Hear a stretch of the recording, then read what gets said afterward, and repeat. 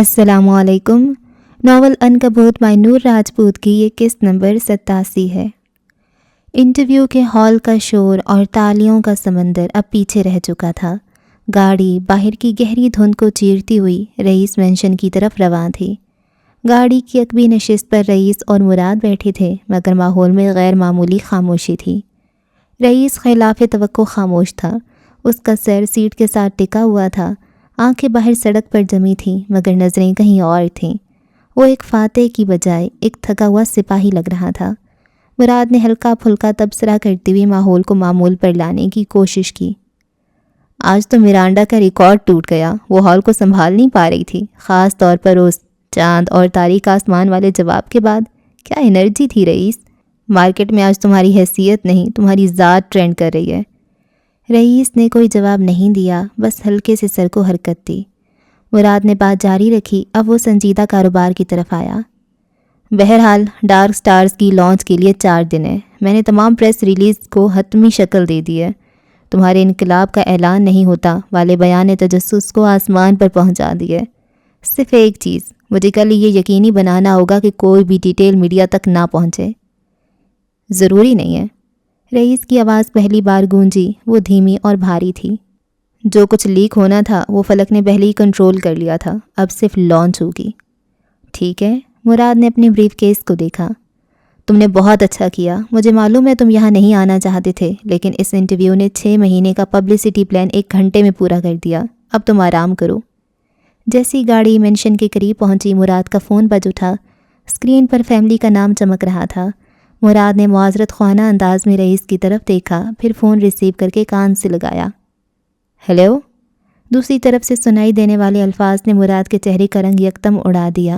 اس کی آنکھوں میں پریشانی اور خوف کا امتزاج تھا۔ کیا؟ کب؟ کیسے؟ کس ہسپتال؟ اس کی آواز اچانک بلند ہو گئی۔ وہ پریشان ہو چکا تھا، اس نے گھبراہٹ سے آنکھیں بند کیں جیسے صورتحال کو ہضم کر رہا ہو۔ ٹھیک ہے، میں آ رہا ہوں فوراً۔ فون بند کر دیا۔ کیا سب ٹھیک ہے؟ رئیس نے متوجہ ہوتے ہوئے پوچھا۔ اس کی خاموشی ایک دم ٹوٹی تھی۔ مراد نے اپنے بال پیچھے کیے، پریشانی اس کے چہرے پر عیاں تھی۔ آسپا کی طبیعت ٹھیک نہیں ہے، اس نے گھبراتے ہوئے کہا۔ وہ میڈ کو بے ہوش ملی ہے، ڈاکٹر معائنہ کر رہی ہے، مجھے جانا ہوگا۔ آصفہ اس کی تیسرے نمبر والی بیوی تھی جو اسے بے حد محبوب تھی۔ کیا میں ساتھ چلوں؟ اس نے پیشکش کی۔ نہیں، میں جا رہا ہوں۔ مراد نے جلدی سے نفی کی۔ تم ریسٹ کرو، آج کا دن کافی لمبا تھا۔ گاڑی مینشن کے بڑے گیٹ پر رکی۔ مراد نے جلدی سے دروازہ کھولا اور باہر نکل گیا۔ صبح بات ہوگی، اس نے کہا اور تقریباً بھاگتا ہوا اپنی دوسری گاڑی کی طرف بڑھا جو اس کا انتظار کر رہی تھی۔ گاڑی کے ٹائروں کی ہلکی سی چرچراہٹ رئیس مینشن کے وسیع و عریض دھند میں لپٹے پورچ میں گونج کر خاموش ہو گئی۔ مراد کے جانے کے بعد گاڑی میں ایک ناقابل بیان سناٹا تھا، وہ سناٹا جو انٹرویو ہال کی تالیوں اور نعروں کا مکمل تضاد تھا۔ وہ گاڑی سے باہر نکلا، لاہور کی رات گہری دھند کی چادر اوڑے ہوئے تھی۔ وہ سفید محل جو دن میں طاقت اور عظمت کی علامت تھا، اس وقت دھند میں ایک بھوت بنگلے کی طرح پر اسرار اور تنہا لگ رہا تھا۔ ٹھنڈی ہوا اس کے سلیقے سے جمے بالوں سے ٹکرائی۔ اس نے گردن پیچھے گرائی اور اپنے محل کو دیکھا۔ لبوں سے گہرا سانس خارج ہوا جو ٹھنڈ میں بھاپ بن کر فضا میں تحلیل ہو گیا۔ آج خلاف معمول مینشن میں ایک مردہ خاموشی تھی، نہ کوئی ملازم، نہ کوئی آہٹ۔ وہ سنگ مرمر کے فرش پر قدم رکھتا بھاری دروازہ کھول کر اندر داخل ہوا۔ اندر کا ہال باہر سے بھی زیادہ خاموش اور سرد تھا۔ اس کے قدموں کی مضبوط چاپ اس بوجھل خاموشی کو کاٹتی ہوئی راہداریوں میں گونج رہی تھی۔ وہ سیڑھیاں چڑھ کر اوپر آیا، اس کا رخ اپنے پرائیویٹ ونگ، اپنے کمرے کی جانب تھا۔ اس کی ہر چال میں وہی شاہانہ اعتماد تھا جو گھنٹہ بھر پہلے لاکھوں لوگ اسکرین پر دیکھ چکے تھے، مگر اس کی آنکھوں میں وہی اداس سکوت اب پہلے سے زیادہ گہرا ہو چکا تھا۔ جیسے ہی وہ اپنے کمرے کے قریب پہنچا، اس کے قدم زمین سے چپک گئے، وہ ٹھٹک گیا۔ اس کے کمرے کے عین دروازے کے بیچ زرتاش ویل چیئر پر موجود تھی۔ وہ باہر نکل رہی تھی۔ اس کی گود میں شیشے کا وہ چھوٹا سا جار تھا جو اس کی گود میں رکھا تھا۔ وقت جیسے منجمد ہو گیا۔ زرتاش کے چہرے پر ایک لمحے کے لیے جو گھبراہٹ ابھری وہ کسی بجلی کی طرح کوند گئی۔ اس نے جار پر اپنی گرفت مضبوط کی، مگر اگلے ہی پل اس نے خود پر قابو پا لیا۔ اس کی آنکھوں میں خوف کی جگہ ایک سرد، واقعانہ چمک نے لے لی۔ رئیس نے اسے ایسی نظروں سے دیکھا جن میں اس وقت نہ غرور تھا نہ بادشاہت، ان آنکھوں میں صرف دکھ تھا، تکلیف تھی اور ایک گہری ناقابل بیان بے بسی۔ یہ وہ لمحہ تھا جس نے دونوں کو اپنی جگہ جما دیا۔ وہ اسے دیکھ رہا تھا، اس کی چوری کو، اس کی ہمت کو اور اس کے اندر چھپے طوفان کو۔ پھر زرتاش نے ہمت کر کے اپنی گردن اٹھا لی، اس کی آواز کانپی مگر ٹوٹی نہیں۔ میں آپ سے ڈرتی نہیں اور نہ میں اپنے کیے پر شرمندہ ہوں۔ اس نے اس چھوٹے سے جار کو اپنی مٹھی میں بھینچتے ہوئے کہا جیسے یہ جار نہیں اس کی زندگی کا آخری سہارا ہو۔ رئیس کے چہرے پر کرب کے تاثرات مزید گہرے ہوئے، اس کے جبڑے بھینچ گئے۔ تم جانتی ہو زری؟ اس کی آواز جو بھی ہال میں گونج رہی تھی اب گھٹی گھٹی اور تھکی ہوئی نکلی۔ تم جانتی ہو رئیس کے نزدیک دھوکے کی سزا کیا ہے؟ وہ قدم آگے دھڑتا ہوا اس کے قریب آیا، اس کی قربت میں خطرہ تھا مگر زرتاش نے آنکھیں نہیں جھپکائیں۔ اور پھر وہ بادشاہ جو وقت کو روکنے کا دعویٰ کرتا تھا، ایک گھٹنا موڑتے ہوئے اپنی معذور بہن کی ویل چیئر کے سامنے بیٹھ گیا۔ سیاہ آنکھیں زرتاش کی بھوری آنکھوں سے ٹکرائیں۔ ان سیاہ آنکھوں میں آج کوئی حکم نہیں تھا، صرف ایک سوال تھا۔ سرخ و گلابی رنگت والی زرتاش کی ریڑھ کی ہڈی میں ایک سرد لہر دوڑ گئی مگر وہ خود پر قابو پا گئی۔ جانتی ہوں، ہاں جانتی ہوں، اس کی آواز بلند ہوئی۔ آپ دھوکہ دینے والوں کو موت دیتے ہیں اور میں آپ سے ڈرتی نہیں، مجھے موت قبول ہے، مگر اس کی آواز بھر آ گئی، مگر میں اپنا بدلہ لیے بنا، خود کو سرخرو کیے بنا نہیں مروں گی بھائی۔ آخری لفظ بھائی ایک تیزاب کی طرح تھا جو اس نے رئیس کے چہرے پر پھینکا تھا۔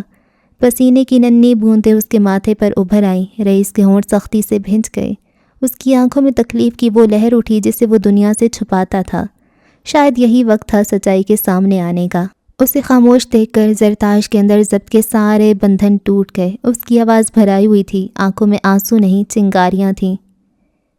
اس پوری دنیا میں، اس نے جار کو سینے سے لگایا، صرف ایک شخص تھا جو میرے معذور وجود کو اپنانا چاہتا تھا۔ دنیا بھر میں وہ ایک شخص تھا جو مجھ سے محبت کرتا تھا۔ بھری دنیا میں وہ ایک شخص تھا جو میرا سہارا تھا۔ اس کا لہجہ ٹوٹ رہا تھا۔ آپ نے اس کو مجھ سے چھین لیا۔ اس کی آواز میں اب درد نہیں، زہر تھا۔ آپ نے ایسا کیوں کیا بھائی؟ رئیس نے ضبط کی انتہا پر پہنچ کر اپنی آنکھیں سختی سے میچ لیں۔ وہ اس سوال کا سامنا نہیں کر سکتا تھا، وہ اس سچائی کو نہیں دیکھ سکتا تھا۔ وہ بنا جواب دیے اٹھ کھڑا ہوا۔ وہ وہاں سے پلٹ جانا چاہتا تھا، بھاگ جانا چاہتا تھا، مگر زرتاش نے اسے بھاگنے نہیں دیا۔ جواب دے بھائی!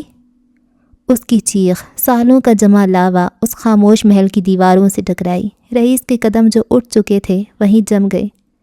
کیا آپ کا دل نہیں کانپا اس شخص کو مارتے ہوئے جو آپ کا دوست تھا؟ آپ نے اسے اپنے فائدے کے لیے استعمال کیا اور پھر آپ نے… آواز حلق میں اٹکنے لگی، پھر اس نے روح کو جلا دینے والے لفظ ادا کیے۔ آپ قاتل ہیں! یہ چیخ نہیں تھی، یہ ایک فیصلہ تھا جو سنا دیا گیا تھا۔ رئیس مینشن لرز اٹھا۔ رئیس جو بھی لاکھوں دلوں کا بادشاہ تھا اس لمحے اپنی ہی بہن کا مجرم بن کر اپنی ہی دہلیز پر بے حس و حرکت کھڑا رہ گیا۔ خاموشی لمبی ہو گئی۔ وہ جو اپنی ہی بہن کے قاتل کہنے پر جم گیا تھا، اس کے سارے وجود میں ایک سرد لہر دوڑ گئی۔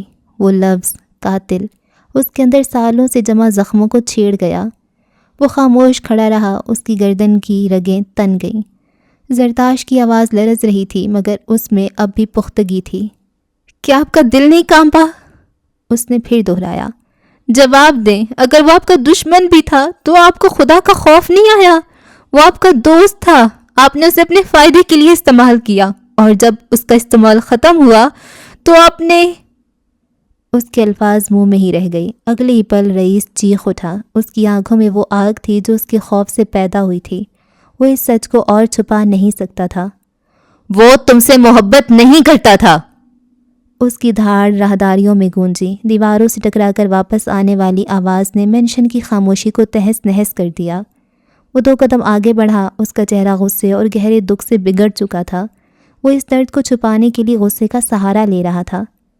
تمہیں صرف ایک سچ معلوم ہے اور وہ جھوٹ ہے جو تم نے اپنے دل میں پال رکھا ہے۔ اس کی بات سن کر زرتاش نے اپنی ویل چیئر کو پیچھے دھکیلا۔ اس کے چہرے پر پہلے لمحے میں بے یقینی اور پھر ایک خطرناک نخوت ابھری۔ وہ تم سے محبت نہیں کرتا تھا۔ آپ کیا کہہ رہے ہیں؟ وہ میرے ساتھ دھوکہ کیسے کر سکتا ہے؟ رئیس نے اپنے ہاتھ سختی سے ہوا میں لہرا دیے. اس کے منہ سے جو اب الفاظ نکل رہے تھے وہ جیسے اندرونی طوفان کا اظہار تھے. احمد نے کبھی تم سے محبت نہیں کی. یہ جملہ ایک برہنہ حقیقت فضا میں معلق ہو گیا. زرتاش کے لیے یہ کائنات کے قوانین کے ٹوٹنے کے مترادف تھا. احمد تمہیں دھوکہ دے رہا تھا. زرتاش کا چہرہ سرخ انگارہ ہو گیا. اس کی آنکھیں پھٹی کی پھٹی رہ گئیں. اس کے گلے سے کرخت آواز نکلی. جھوٹ ہے یہ، آپ جھوٹ بول رہے ہیں بھائی. وہ ویل چیئر پر بیٹھی چیخ اٹھی. اس کا جسم غصے اور انکار کی وجہ سے لرز رہا تھا. رئیس کرسی کے ہتھے پر ہاتھ جماتے اس پر جھک گیا. اس نے ضبط شدہ لہجے میں ایک ایک لفظ ادا کیا. ہاں، اس نے تم سے کبھی محبت نہیں کی. وہ جانتا تھا احمد زرتاش کی کمزوری تھا، اس لیے اس نے اسے یہ کام دیا، لیکن اس نے اسے سختی سے منع کیا تھا کہ نینسی کو نقصان نہ پہنچے. وہ نینسی کو اس کھیل میں گھسیٹنا نہیں چاہتا تھا. یہ صرف معلومات کا سودا تھا، ایک چھوٹی سی جنگ، اور اس نے بھروسہ دلایا تھا کہ وہ یہ کر لے گا. رئیس کی آنکھوں میں تکلیف واضح تھی، لیکن نینسی پر احمد کا دل آ گیا. جو احمد ایک مشن پر گیا تھا وہ نینسی سے محبت کرنے لگا. نہیں، وہ محبت نہیں تھی، وہ جنون بن گیا تھا. وہ رئیس کے ساتھ دھوکہ کر کے نینسی کو اپنا بنا کر اپنی زندگی بنانا چاہتا تھا. وہ زرتاش کے ساتھ لالچ کی وجہ سے تھا، مگر اس نے یقین دلا رکھا تھا کہ وہ اس سے محبت کرتا تھا. ہاں، وہ اس کے ساتھ زندگی گزار لیتا اگر بیچ میں نینسی نہ آتی. نینسی کو بھلا کون نظر انداز کر سکتا تھا؟ احمد نے بہت کوشش کی مگر وہ خود کو روک نہیں پایا. وہ اس کی محبت میں مبتلا ہو گیا، اور جب وہ وقت آیا کہ نینسی کے ذریعے مسٹر جوزف سے سودا کر سکے تو احمد بغاوت پر اتر آیا. اور جب اسے لگا کہ نینسی خود پیچھے ہٹ چکی ہے اور رئیس اسے کبھی ایسا نہیں کرنے دے گا تو اس نے اسے مار ڈالا. رئیس کا جسم کانپ رہا تھا. سچائی کا یہ بوجھ اس کے کندھوں پر سالوں سے تھا. نینسی کو مارنے والا میں نہیں تھا زری. اس کی آواز درد سے بھری تھی. وہ احمد تھا، تمہارا احمد. اس نے میری سلطنت کو دھوکہ دیا، میرے اعتبار کو توڑا اور نینسی کا خون کیا. میں نے اسے اس کی سازشوں اور دھوکے کی سزا دی. یہ سچ اس وقت کی سب سے بڑی اور تلخ حقیقت زرتاش کے دل پر ایک تیز دھار خنجر کی طرح لگی. اس کی آنکھیں جو چند لمحے پہلے غصے سے چمک رہی تھیں اب خوف اور وحشت سے پھٹی کی پھٹی رہ گئیں. اس کے چہرے پر کوئی تاثر نہیں تھا، جیسے دماغ نے اس خوفناک خبر کو ہضم کرنے سے انکار کر دیا ہو. اس کے ہاتھ میں موجود چھوٹا سا جار اچانک بے وزن ہو گیا. اس کی گرفت ڈھیلی پڑی. جھوٹ. اس کے ہونٹوں سے صرف یہ ایک لفظ نکلا، ایک سسکی کی مانند. رئیس نے اس کی حالت دیکھی. درد جو سالوں سے اس کے اندر تھا اب باہر آ گیا تھا. وہ گھٹنے ٹیک کر دوبارہ اس کے سامنے نہیں بیٹھا بلکہ گردن اٹھا کر پیچھے ہٹ گیا. یہ مت دیکھنا کہ میرے پیچھے کیا تھا. رئیس کے گلے سے دھار نکلی. یہ دیکھو کہ میں نے کس کو کھویا. تم نے سالوں سے مجھے قاتل کہا، تم نے مجھے اس کا قاتل کہا جس کے پیچھے تمہاری محبت تھی، لیکن تم نے مجھے ہمیشہ اس دکھ کا قاتل کہا جس نے میرے دوست کو، میری بہن کو اور میرے اعتماد کو تباہ کر دیا تھا. وہ خود پر قابو پانے لگا، پیشانی مسلی اور بالوں میں ہاتھ پھیرا. زرتاش اسے یوں ہی دیکھے جا رہی تھی. تم جاؤ یہاں سے زری، جاؤ اور اپنے سچ کو زندہ کر کے دیکھو. رئیس کا سر جھک گیا. وہ اپنے ہاتھوں سے اپنے کان ڈھانپنا چاہتا تھا تاکہ اس خاموشی کو سن نہ سکے جو اب اس کے اندر چیخ رہی تھی. زرتاش ویل چیئر پر خوف اور جھنجھلاہٹ کی کیفیت میں ساکت بیٹھی رہی. اس کے ہاتھ سے جار پھسل کر دوبارہ گود میں گر گیا. جھوٹ کا لفظ اس کے گلے میں ہی کہیں اٹک گیا. رئیس جو اس دھماکہ خیز سچائی کے بعد پلٹا تھا اب اس کی طرف پشت کیے کھڑا تھا. اس کے چوڑے شانے تناؤ سے اکڑے ہوئے تھے. اس کی دھاڑ کے بعد راہداری میں ایک ناقابل برداشت بھاری خاموشی چھا گئی تھی. پھر اس کی آواز آئی، دھیمی، سرد اور اتنی تھکی ہوئی جیسے صدیوں کا بوجھ اٹھا رکھا ہو. ہاں، اس نے اقرار کیا، میں دھوکے کی سزا معاف نہیں کرتا. وہ رکا. ایک لمبی اذیت ناک خاموشی. مگر وہ زخم کون بھرے گا؟ اس کی آواز میں زہر گھل گیا. اپنی بہن کو کیا سزا دوں جو میری تباہی میں میرے دشمنوں کے ساتھ ملی ہوئی ہے؟ اس نے دھیرے سے رخ بدلا. اس کی آنکھیں جو بھی غصے سے دہک رہی تھیں اب بجھ چکی تھیں. ان میں گہری اداس مایوسی تھی. جو منار کا ساتھ دے رہی ہے، بولو زرتاش. وہ جانتا تھا، وہ ہمیشہ سے جانتا تھا کہ زرتاش اسے دھوکہ دے رہی ہے، اور آج وہ رنگے ہاتھوں پکڑی بھی گئی. وہ اپنے اصول نہیں توڑتا، کسی کے لیے نہیں۔ اگر عروضہ کو موت مل سکتی تھی تو پھر سب کو مل سکتی تھی، مگر کیا وہ اپنی بہن کو مار سکتا تھا؟ بلقیس بیگم کے مرنے کے بعد صرف وہ اور احمد اورنگزیب صاحب بھی تو اس کی زندگی میں بچے تھے۔ وہ بادشاہ جیسا شخص جس کی ایک دنیا اسیر تھی، اس کی اپنی بہن، اس کا اپنا خون، اس سے نفرت کرتی تھی۔ بتاؤ زرتاش، جواب دو۔ اس کی آواز میں التجا تھی۔ زرتاش نے کوئی جواب نہیں دیا۔ وہ ابھی تک اس سچ کے صدمے میں تھی کہ اس کی محبت ایک فریب تھی۔ رئیس نے اسے پتھر کا بنے دیکھا۔ اس کے چہرے پر ایک سرد، بے تاثر فیصلہ تھا۔ وہ تیزی سے پلٹا اور اپنے پرائیویٹ روم میں داخل ہو گیا۔ چند سیکنڈز جو زرتاش کے لیے ایک صدی کی طرح تھے، وہ باہر نکلا۔ اس کے ہاتھ میں ایک سیاہ چمکتی ہوئی پستول تھی۔ وہ قدم اٹھاتا ہوا اس کے قریب آیا، ویل چیئر کے سامنے رکا۔ اس کی آنکھوں میں نہ غصہ تھا نہ رحم، صرف ایک خالی پن تھا۔ اس نے جھک کر وہ سرد ہاتھ زرتاش کی گود میں رکھ دی۔ دھوکے کی سزا صرف موت ہے۔ اس کا لہجہ ایک جج کا تھا جو فیصلہ سنا چکا تھا۔ زرتاش نے نیچے پستول کو دیکھا۔ وہ تو جیسے سانس لینا ہی بھول گئی تھی۔ اس کا دماغ معوف ہو چکا تھا۔ جس احمد کی یاد میں وہ روتی رہی تھی، جس کے انتقام کے لیے وہ اپنے بھائی سے ٹکرا گئی تھی، اس کا وجود ہی اس کے لیے ایک فریب تھا۔ اس کی محبت، اس کا غم، سب جھوٹ تھا۔ اس کے پاس اب جینے کے لیے کچھ نہیں بچا تھا۔ اس کے لرزتے ہاتھ اٹھے۔ اس نے پستول کو مضبوطی سے تھاما۔ اس کی انگلیاں سرد ہاتھ پر جم گئیں۔ رئیس پتھر کا بنا بے حس و حرکت اسے دیکھتا رہا۔ زرتاش نے پستول اٹھائی۔ اس کی آنکھوں میں آنسو نہیں تھے، ایک خوفناک ویرانی تھی۔ اس نے پستول کی نال بنا کسی جھجک کے اپنی کن پٹی پر رکھ دی۔ وہ اسے دیکھ رہا تھا جو اپنے حواسوں میں نہیں لگ رہی تھی۔ چند لمحے یوں ہی گزر گئے۔ رئیس کی آنکھیں جل رہی تھیں۔ زرتاش کی انگلی ٹریگر کی جانب بڑھی۔ اس سے پہلے کہ وہ ٹریگر دباتی، رئیس بجلی کسی تیزی سے جھپٹا۔ اس نے وحشیانہ انداز میں اس کے ہاتھ سے پستول چھین لی۔ اس کی گرفت اتنی مضبوط تھی کہ زرتاش درد سے کرا اٹھی۔ پستول چھین کر وہ سیدھا کھڑا ہو گیا، اپنے خون کے لیے۔ اس نے آج پھر اپنا ایک اصول توڑ دیا تھا۔ اس کی آنکھیں ضبط کی شدت سے سرخ ہو رہی تھیں۔ گلے میں آنسوؤں کا ایک گولا اٹکا ہوا تھا جس سے وہ نگلنے کی کوشش کر رہا تھا۔ جیسے ہی پستول اس کے ہاتھ سے چھوٹی، زرتاش کے ضبط کا بندھن ٹوٹ گیا۔ وہ پھوٹ پھوٹ کر رو دی۔ یہ کسی عام عورت کا رونا نہیں تھا، یہ اس فائنینس ہیڈ کا رونا تھا جس نے خود کو ضائع نہیں ہونے دیا تھا۔ مگر آج اس کا اندر کا سارا غم، سارا فریب، سارا درد باہر ابل پڑا تھا۔ وہ ویل چیئر پر آگے کو جھک گئی۔ اس کا جسم ہچکیوں سے لرز رہا تھا۔ احمد! وہ چیخی، مگر اس آواز میں محبت نہیں، صرف دھوکے کا کرب تھا۔ وہ بے طرح رو رہی تھی۔ رات کی اس گہری خاموشی میں اس کے کرہنے اور سسکیاں بھرنے کی آوازیں اس خالی محل میں کسی آسیب کی طرح گونج رہی تھیں۔ رئیس کئی لمحے وہیں کھڑا رہا۔ اس کے ہاتھ میں اب بھی وہ پستول تھی۔ وہ اپنی بہن کو ٹوٹتے ہوئے دیکھ رہا تھا، اس سچ سے ٹوٹتے ہوئے جو اس نے خود بتایا تھا۔ اس نے پستول والے ہاتھ کو اٹھایا اور اپنی قیمتی شرٹ کی آستین سے اپنی آنکھوں کے کناروں کو بے دردی سے رگڑا۔ پھر وہ شکستہ قدموں سے واپس پلٹ گیا، ایک بادشاہ کی طرح نہیں، بلکہ ایک ہارے ہوئے جواری کی طرح جو اپنا سب کچھ داؤ پر لگا کر ہار گیا ہو۔ وہ اپنے کمرے میں چلا گیا اور دروازہ بند ہو گیا۔ زرتاش وہیں اس ٹھنڈے فرش پر ٹوٹے ہوئے مان کے قریب اپنی ٹوٹی ہوئی روح کے ساتھ اکیلی روتی رہ گئی۔ آج اتنے سالوں بعد اسے اپنی ماں شدت سے یاد آئی تھی۔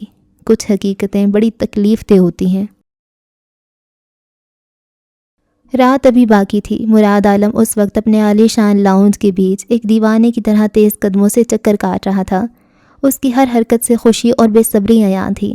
اس کے چہرے پر شکرانے اور خوشی کی شعائیں پھوٹ رہی تھیں۔ آنکھیں نم تھیں مگر ان میں ایک نئی زندگی کی چمک تھی۔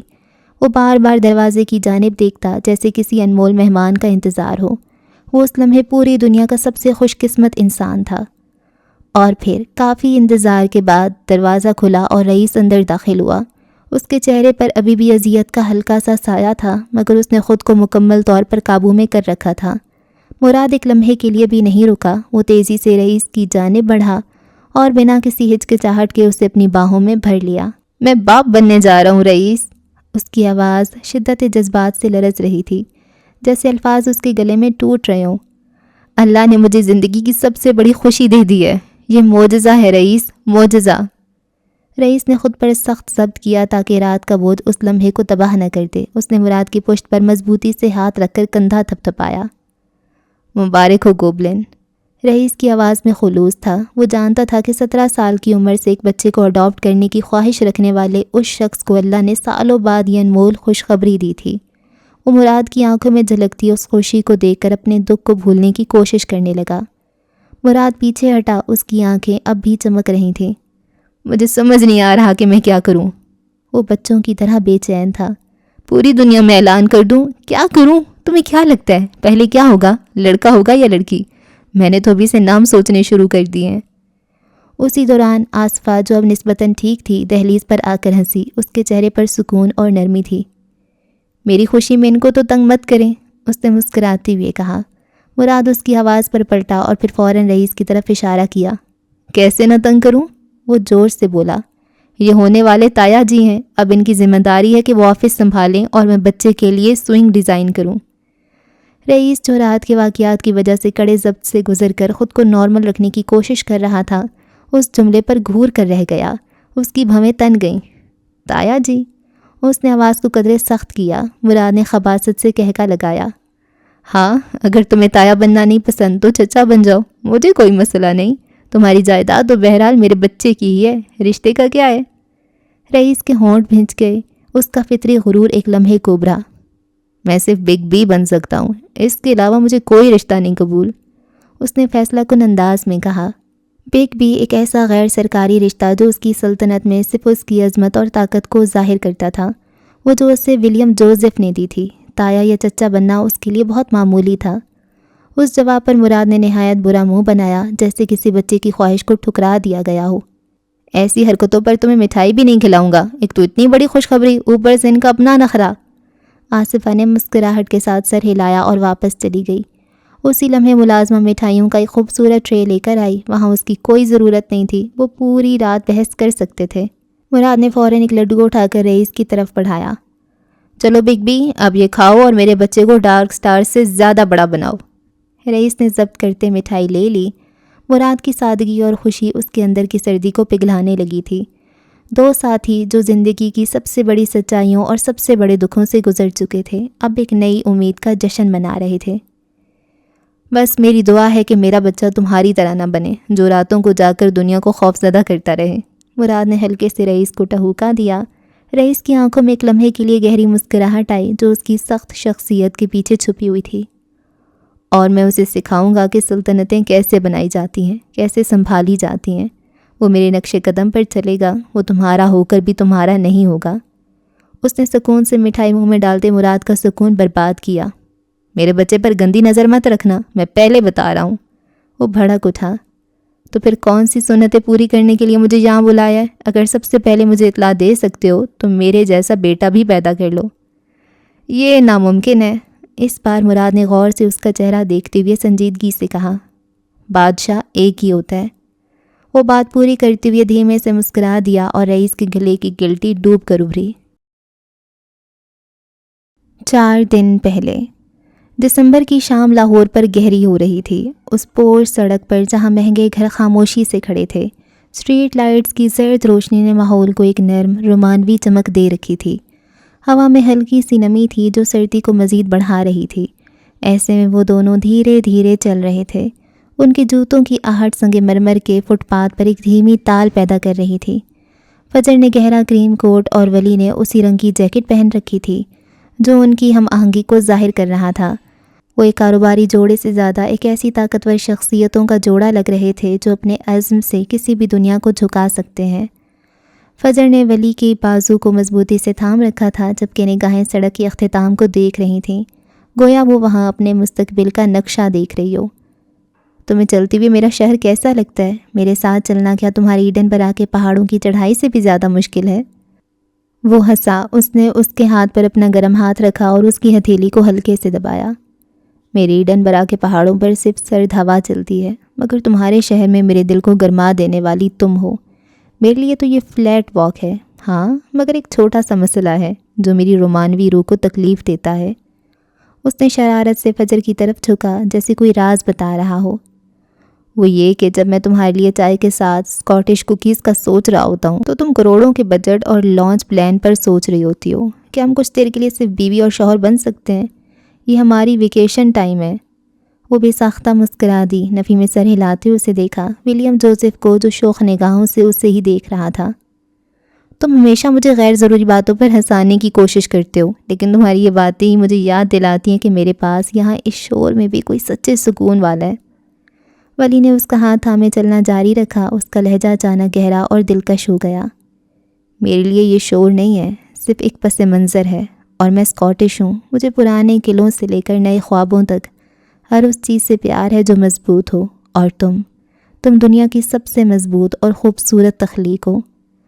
وہ رک گیا۔ سڑک پر ایک لمحے کی مکمل خاموشی چھا گئی۔ اس نے فجر کا ہاتھ چھوڑا اور دونوں ہاتھوں سے اس کے چہرے کو تھاما، اسے اپنی آنکھوں میں دیکھنے پر مجبور کیا۔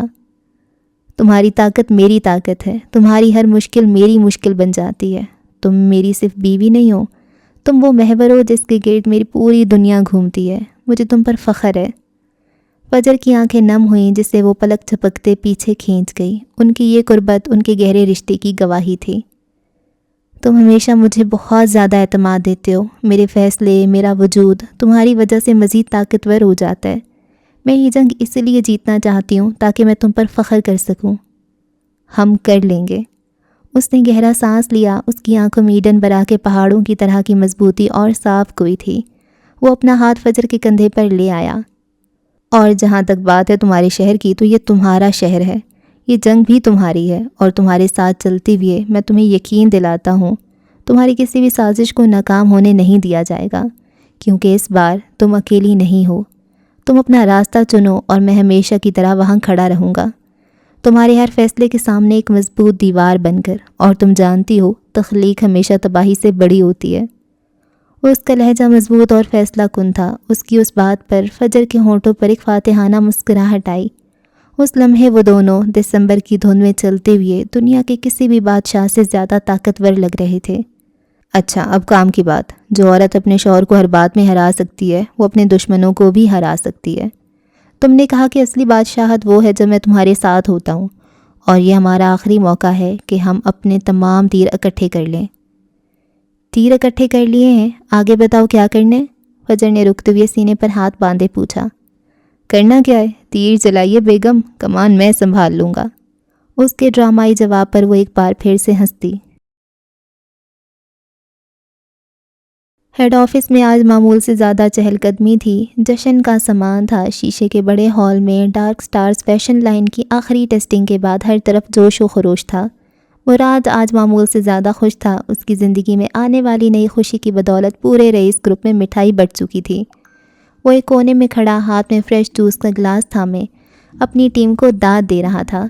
اس کا چہرہ اطمینان سے دمک رہا تھا۔ وہ مزید کچھ کہہ رہا تھا کہ اس کی جیب میں فون کی تیز وائبریشن ہوئی۔ اس نے مسکراتے ہوئے فون نکالا، مگر اسکرین پر پرائیویٹ ہسپتال کا نمبر دیکھ کر اس کی مسکراہٹ منجمد ہو گئی۔ بے اختیار کال ریسیو کی۔ ہیلو، کیا آپ مراد عالم بات کر رہے ہیں؟ میں سینٹرل ہسپتال سے بات کر رہی ہوں۔ آپ کی وائف کا ایکسیڈنٹ ہوا ہے، انہیں ایمرجنسی میں لایا گیا ہے۔ لفظ ایکسیڈنٹ اس کے ذہن پر ہتھوڑے کی طرح برسا۔ یہ خبر اسے لرزانے کے لیے کافی تھی۔ اس کے ہاتھ سے گلاس چھوٹ گیا۔ جوس اس کے مہنگے جوتوں پر گرا، مگر اسے ہوش نہیں تھا۔ چہرے کا رنگ زرد پڑ چکا تھا۔ پھر بنا کچھ کہے سنے لوگوں کی مبارکباد دیتے شور کو چیرتا ہوا ہال سے بھاگتا چلا جائے گا۔ اس کی ڈرائیونگ وحشیانہ تھی۔ وہ اندھا دھند گاڑی بھگا رہا تھا۔ ذہن میں صرف آصفہ اور اپنے بچے کا چہرہ تھا۔ ہر ہارن، ہر سگنل اسے کاٹ کھانے کو دوڑ رہا تھا۔ بمشکل 15 منٹ میں وہ ہسپتال پہنچا۔ گاڑی کو بے ترتیبی سے پارک کر کے وہ ایمرجنسی وارڈ کی طرف بھاگا۔ مسز آصفہ مراد کس کمرے میں ہے؟ وہ ریسیپشن پر چیخا۔ کسی نے بس مراد کا نام سنا۔ سر، ICU روم 304۔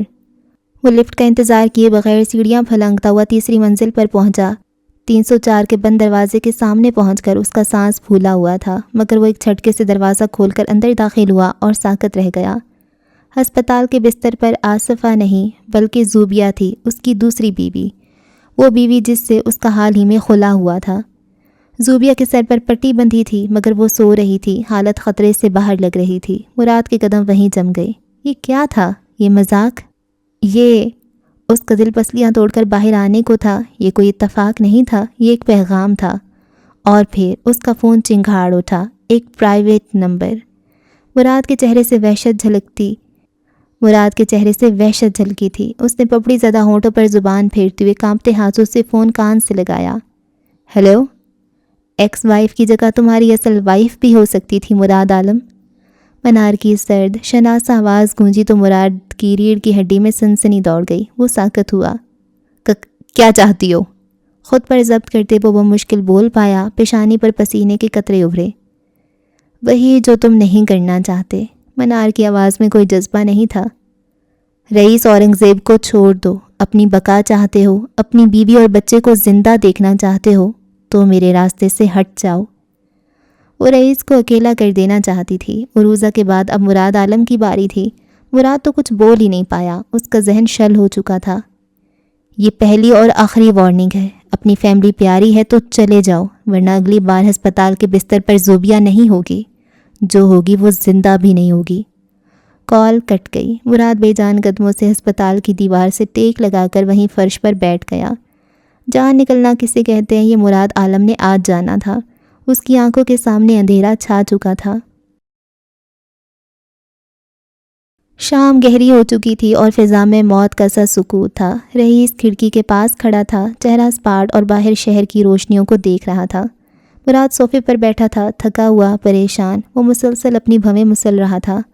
آج جو بھی ہوا تھا اس سے مراد کے حواس معطل ہو چکے تھے. منار کی سائیں سائیں کرتی آواز اس کی سماعت سے ٹکرا رہی تھی.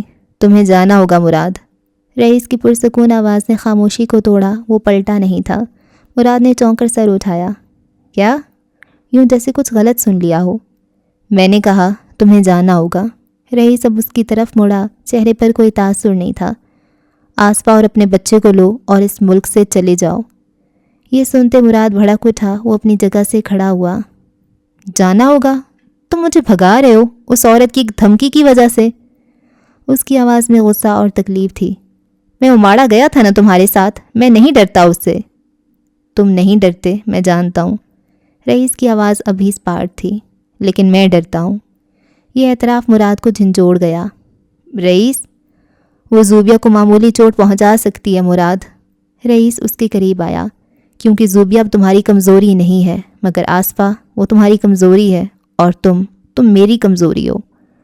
مراد نے لب بھینچ لیے. سب سے اس کا چہرہ سرخ پڑ گیا. رئیس نے ایسا سوچا بھی کیسے؟ تو کیا کروں؟ بھاگ جاؤں؟ تمہیں اکیلا چھوڑ دوں؟ وہ یہی چاہتی ہے. وہ جیت جائے گی. پہلے عروضہ، اب میں. وہ تمہیں تنہا کرنا چاہتی ہے. وہ مجھے تنہا نہیں کر سکتی. رئیس نے تصحیح کی. مگر وہ تمہیں توڑ سکتی ہے، اور اگر تم ٹوٹ گئے، میں یہ نہیں چاہتا. میں کہیں نہیں جا رہا. اس نے واضح اعلان کیا. وزیر ہمیشہ بادشاہ کے ساتھ رہتا ہے. میں تمہاری ڈھال ہوں. ڈھال کبھی اپنے بادشاہ کو چھوڑ کر نہیں بھاگتی. تمہیں جانا ہوگا. رئیس کی آواز میں اب حکم تھا. تمہیں جانا ہوگا مراد. یہ میری جنگ ہے، تمہاری نہیں. 20 سال. مراد کی آواز رند گئی. 20 سال سے ہر جنگ ہم دونوں کی رہی ہے. جب کوئی مجھ پر بھروسہ نہیں کرتا تھا تم نے کیا. اور آج تم مجھے کہہ رہے ہو یہ میری جنگ نہیں. مراد عالم جو رئیس گروپ کے ہزاروں ملازموں کی ناک میں دم کر کے رکھتا تھا، اس کی آنکھیں نم ہو چکی تھیں. رئیس نے گہری سانس لی. وہ جانتا تھا کہ منار اسے نقصان پہنچا سکتی تھی اور اسے دور بھیج دینا ہی واحد عقل مندی تھی. وہ مراد کے سامنے آیا اور اپنے دونوں ہاتھ اس کے کندھوں پر رکھ دیے. وہ تمہیں نہیں چھوڑے گی مراد. وہ جانتی ہے کہ تم میرے کتنے قریب ہو. وہ تمہیں مارے گی نہیں، وہ تمہیں تڑپائے گی. وہ تمہاری فیملی کو نشانہ بنائے گی بار بار، اور میں یہ نہیں دیکھ سکتا. ہم مل کر مقابلہ نہیں. رئیس نے کرختگی سے بات کاٹی. کوئی مقابلہ نہیں. پھر اس کا لہجہ نرم ہو گیا. وہ آخری حربہ استعمال کرنے والا تھا. اگر تمہیں میں عزیز ہوں. مراد نے آنکھیں اٹھا کر اسے دیکھا. اگر ان 20 سالوں کی دوستی کا کوئی مان ہے، اگر تم واقعی مجھے اپنا بادشاہ سمجھتے ہو تو تم وہی کرو گے جو میں کہہ رہا ہوں. اس کی آواز میں درد تھا، ایک التجا تھی جو حکم سے زیادہ طاقتور تھی. مراد نے لب بھینچتے نفی میں سر ہلایا. جاؤ مراد، اپنی فیملی کی حفاظت کرو. یہی میری سب سے بڑی مدد ہوگی. مراد کے پاس اب کہنے کو کچھ نہیں تھا. اس کی پلکیں نم ہو چکی تھیں. وہ شخص جس کے لیے وہ جان دے سکتا تھا آج اسی سے زندگی کی بھیک مانگ رہا تھا، کسی اور کے لیے. اس نے آہستہ سے سر ہلایا. ایک لفظ بھی نہیں بول سکا. اس نے اپنی نم آنکھیں پونچھیں. ایک آخری ٹوٹی ہوئی نظر رئیس پر ڈالی اور دھیرے سے پلٹ کر کمرے سے باہر نکل گیا. دروازہ بند ہونے کی آواز کے ساتھ ہی رئیس نے آنکھیں بند کر لیں۔ اس کے چہرے پر شدید تکلیف کے آثار نمودار ہوئے۔ اس نے اپنی شطرنج کا سب سے قیمتی مہرہ خود بساط سے ہٹا دیا تھا۔ 3 دن پہلے یہ کمرہ ہیڈ آفس کے باقی کمروں سے بالکل مختلف تھا۔ یہاں اسکرینوں کی نہیں، مشینوں کی قطاریں تھیں۔ دیواریں ساؤنڈ پروف تھیں اور دسمبر کی سردی کے باوجود مشینوں کی گرمی سے کمرہ نیم گرم تھا۔ وہ ایک گھومنے والی کرسی پر بیٹھا تھا۔ اس کے سامنے درجنوں چھوٹی ریکارڈنگ مشینز رکھی تھیں، کچھ اسکرینیں جن پر گزرتی لائنیں اوپر نیچے ہو رہی تھیں، اور درمیان والی سب سے بڑی دیوار گیر اسکرین پر مسٹر جوزف کا چہرہ نظر آ رہا تھا۔ ان کے چہرے پر سرد و سپاٹ تاثرات تھے۔ اس کی آنکھیں ایڈن برا کی کسی منجمد جھیل جیسی تھیں اور وہ اپنے بیٹے پر سخت غصے میں تھے۔ اس کی آنکھیں ایڈن برا کی کسی منجمد جھیل جیسی تھیں اور وہ اپنے بیٹے پر سخت غصے میں تھے۔ تمہارا کام ختم ہو چکا ہے ولیم، اوماڑا میں تم نے جو کرنا تھا کر دیا، اب تم واپس آ رہے ہو، وقت بہت کم بچا ہے۔ کام ختم نہیں ہوا ڈیڈ، ڈیل کینسل ہوئی ہے، منار نہیں۔ منار تمہارا مسئلہ نہیں ہے، وہ… تبھی جھٹکے سے کمرے کا دروازہ کھلا اور رئیس اندر داخل ہوا۔ اس کے چہرے پر مراد کو رخصت کرنے کی تھکن تھی۔ ولی سنو، اس کے باقی الفاظ منہ میں ہی رہ گئے۔ اس کی نظریں سامنے اسکرین پر پڑیں۔ اس نے اس چہرے کو دیکھا جسے اس نے صرف پرانی دھندلی تصویروں میں دیکھا تھا اور ٹی وی کی نئی اسکرینوں پر۔ جوزف پیٹرسن، وہ شخص جو اس کی بہن کو اس سے چھین کر لے گیا تھا۔ رئیس ساکت ہوا۔ ایسا ہی کچھ حال مسٹر جوزف کا تھا۔ اسکرین پر ان کی آنکھیں ہلکی سی سکڑیں۔ انہوں نے بھی رئیس کو پہچان لیا، وہ شخص جس نے ان سے نینسی کو چھین لیا تھا۔ زندگی میں پہلی بار دونوں سالہ بہنوئی آمنے سامنے ہوئے تھے۔ کمرے کی ہوا میں برقی روح دوڑ گئی۔ رئیس نے خود کو فوراً سنبھالا۔ فری ہو کر میری بات سننا۔ وہ واپس پلٹا۔ نہیں۔ وہ تیزی سے اپنی کرسی سے اٹھا۔ رکیے۔ اس نے اسکرین کی طرف دیکھا۔ Dad please. پھر رئیس کی طرف مڑا۔ بگ بی رکیے۔ میرے خیال سے آپ دونوں کو ایک آفیشیل ملاقات کر لینی چاہیے۔ مسٹر جوزف کے تاثرات بگڑ چکے تھے۔ اس دنیا میں وہ دونوں ایک دوسرے سے شدید نفرت کرتے تھے۔ رئیس نے گہری سانس لی جیسے کسی ناگوار حقیقت کو قبول کر رہا ہو۔ وہ پلٹا اور مضبوط قدم دھرتا ہوا آ کر سامنے والی کرسی پر بیٹھ گیا۔ مسٹر جوزف نے بھی اسکرین پر اپنا کوٹ درست کیا۔ یہ 2 سلطنتوں کا ٹکراؤ تھا۔ ایک ایڈن برا کا ڈریکولا تھا تو دوسرا لاہور کا ڈارک لارڈ۔ کچھ لمحے مکمل خاموشی رہی۔ دونوں صرف ایک دوسرے کو گھورتے رہے، دہائیوں کی نفرت کو تولتے ہوئے۔ تبھی ولی کا فون بجا۔ اس نے اسکرین کو دیکھا۔ ایکسکیوز می، یہ ارجنٹ ہے۔ وہ تیزی سے فون کال سننے کے لیے کمرے سے باہر نکل گیا۔ جیسے ہی دروازہ بند ہوا، کمرے میں دبا ہوا طوفان پھٹ پڑا۔ پہل رئیس نے کی۔ اس کی آواز دھیمی مگر تیزاب جیسی تھی۔ میری بہن کو مجھ سے چھین کر کیا ملا تمہیں؟ مسٹر جوزف کی اسکرین سے آتی آواز اتنی ہی سرد تھی۔ کبھی اپنے گریبان میں جھانکے؟ نینسی کا کیا قصور تھا؟ نینسی کو میں نے نہیں مارا۔ رئیس کے لہجے میں تلخی تھی۔ مگر میری بہن، اسے تم نے ورغلایا، اسے خاندان سے توڑا اور پھر قید کر لیا۔ اس کا چہرہ شدت جذبات سے سرخ پڑ گیا۔ اسے قید تم لوگوں نے رکھا تھا، تم لوگوں نے اسے رشتہ توڑا۔ مسٹر جوزف کی آواز میں طنز تھا۔ میں نے اسے آزادی دی تھی۔ آزادی؟ رئیس کے چہرے پر تلخی ابھری، ایک سرد ہنسی۔ تمہارے سائے میں نے اسے ایک قید سے نکال کر دوسری قید میں ڈالا۔ وہ تمہاری وجہ سے مری جوزف، وہ تم لوگوں کی ضد کی وجہ سے مری۔ اگر تم لوگ اسے چین سے جینے دیتے، مگر نہیں، اورنگزیب خاندان کی ناک کٹ چکی تھی۔ دونوں کی آنکھوں میں شعلے تھے، کوئی ایک بھی اپنی غلطی ماننے کو تیار نہیں تھا۔ کئی لمحے ایک لمبی خاموشی چھائی رہی، پھر رئیس کرسی پر آگے کو جھکتے ہوئے بولا، مجھے تم زہر لگتے ہو۔ پسند بہن کی ہو تو بہنوئی زہر ہی لگتا ہے۔ رئیس کے جبڑے بھینچ گئے۔ تم نے اس کی زندگی چھینی اور پھر تم نے اس کے بیٹے کو بھی اسی آگ میں جھونکا۔ وہ میرا بیٹا ہے، وہ جوزف کا خون ہے، وہ جلد میرے پاس ہوگا۔ وہ کہیں نہیں جا رہا، وہ قطعیت سے بولا۔ وہ اس ملک میں ہے، اس نے میرا نام لیا ہے، وہ یہیں رہے گا۔ مسٹر جوزف نے بھویں سکیڑ کر رئیس کو دیکھا۔ تم اسے خطرے میں ڈال رہے ہو۔ وہ خطرے میں پیدا ہوا تھا جوزف، تمہاری وجہ سے۔ مسٹر جوزف اسکرین پر ہنسے۔ تم ایک ایسی عورت سے ہارنے والے ہو جسے تم نے خود مارا تھا۔ ولیم تمہاری گندگی صاف کر رہا ہے، وہ اس کے لیے نہیں بنا۔ اس پر میرا بھی حق ہے۔ اسی لمحے دروازہ کھلا اور ولی واپس اندر آیا۔ وہ کمرے کے درجہ حرارت نہایت سرد تھا۔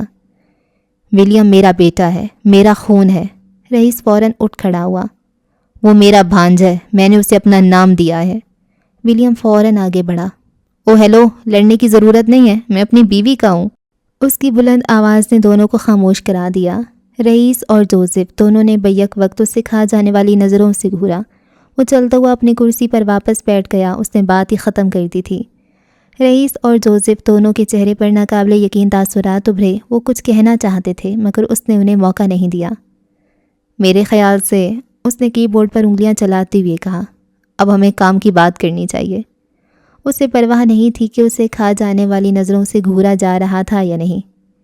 یہ پلان بہت اہم ہے اور مجھے آپ دونوں کی ضرورت ہے کیونکہ 31 دسمبر میں صرف 3 دن باقی ہیں۔ اس نے انٹر دبایا۔ بڑی اسکرین پر نقشے، تصاویر اور ٹائم لائنز ابھر آئیں۔ یہ نقشہ رئیس ہیڈ آفس کا تھا۔ اور یہ رہا پلان۔ ڈارک لارڈ اور ڈریکولا دونوں نے ایک دوسرے کو آخری بار نفرت سے دیکھا اور پھر خاموشی سے اسکرین پر نظریں جما لیں۔ اس پلان کو سنتے ہوئے جو ان دونوں کا وارث ترتیب دے رہا تھا۔ 2 دن پہلے 31 دسمبر کی آمد میں صرف 2 دن باقی تھے۔ منار فیشنز کا ہیڈ کوارٹر جو حملے کی زد میں تھا اب بھی مکمل طور پر بحال نہیں ہوا تھا۔ عمارت کے جو حصے ٹھیک تھے وہاں زندگی پوری آب و تاب سے رواں تھی۔ جلے حصوں پر کام جاری تھا مگر اندر ڈیزائنرز کی انگلیاں پہلے سے زیادہ تیزی سے چل رہی تھیں۔ فجر اپنے دفتر میں تھی۔ پچھلے چند گھنٹوں سے وہ بے طرح کام میں غرق تھی۔ اوماڑا فیشن شو ایک شاندار کامیابی تھی اور اس کی عوامی مقبولیت آسمان کو چھو رہی تھی۔ اس کے سامنے ایک نیا فلمی اسکرپٹ پڑا تھا، ایک بڑی پروڈکشن ہاؤس کی طرف سے آفر، جسے وہ قبول کرنے سے پہلے ہر زاویے سے پرکھنا چاہتی تھی۔ وہ ڈیزائن سکیچز اور فلمی اسکرپٹ کے درمیان کہیں کھوئی ہوئی تھی۔ جب اس کا فون بج اٹھا، اس نے بے دہانی میں اسکرین دیکھے بغیر فون کان سے لگایا۔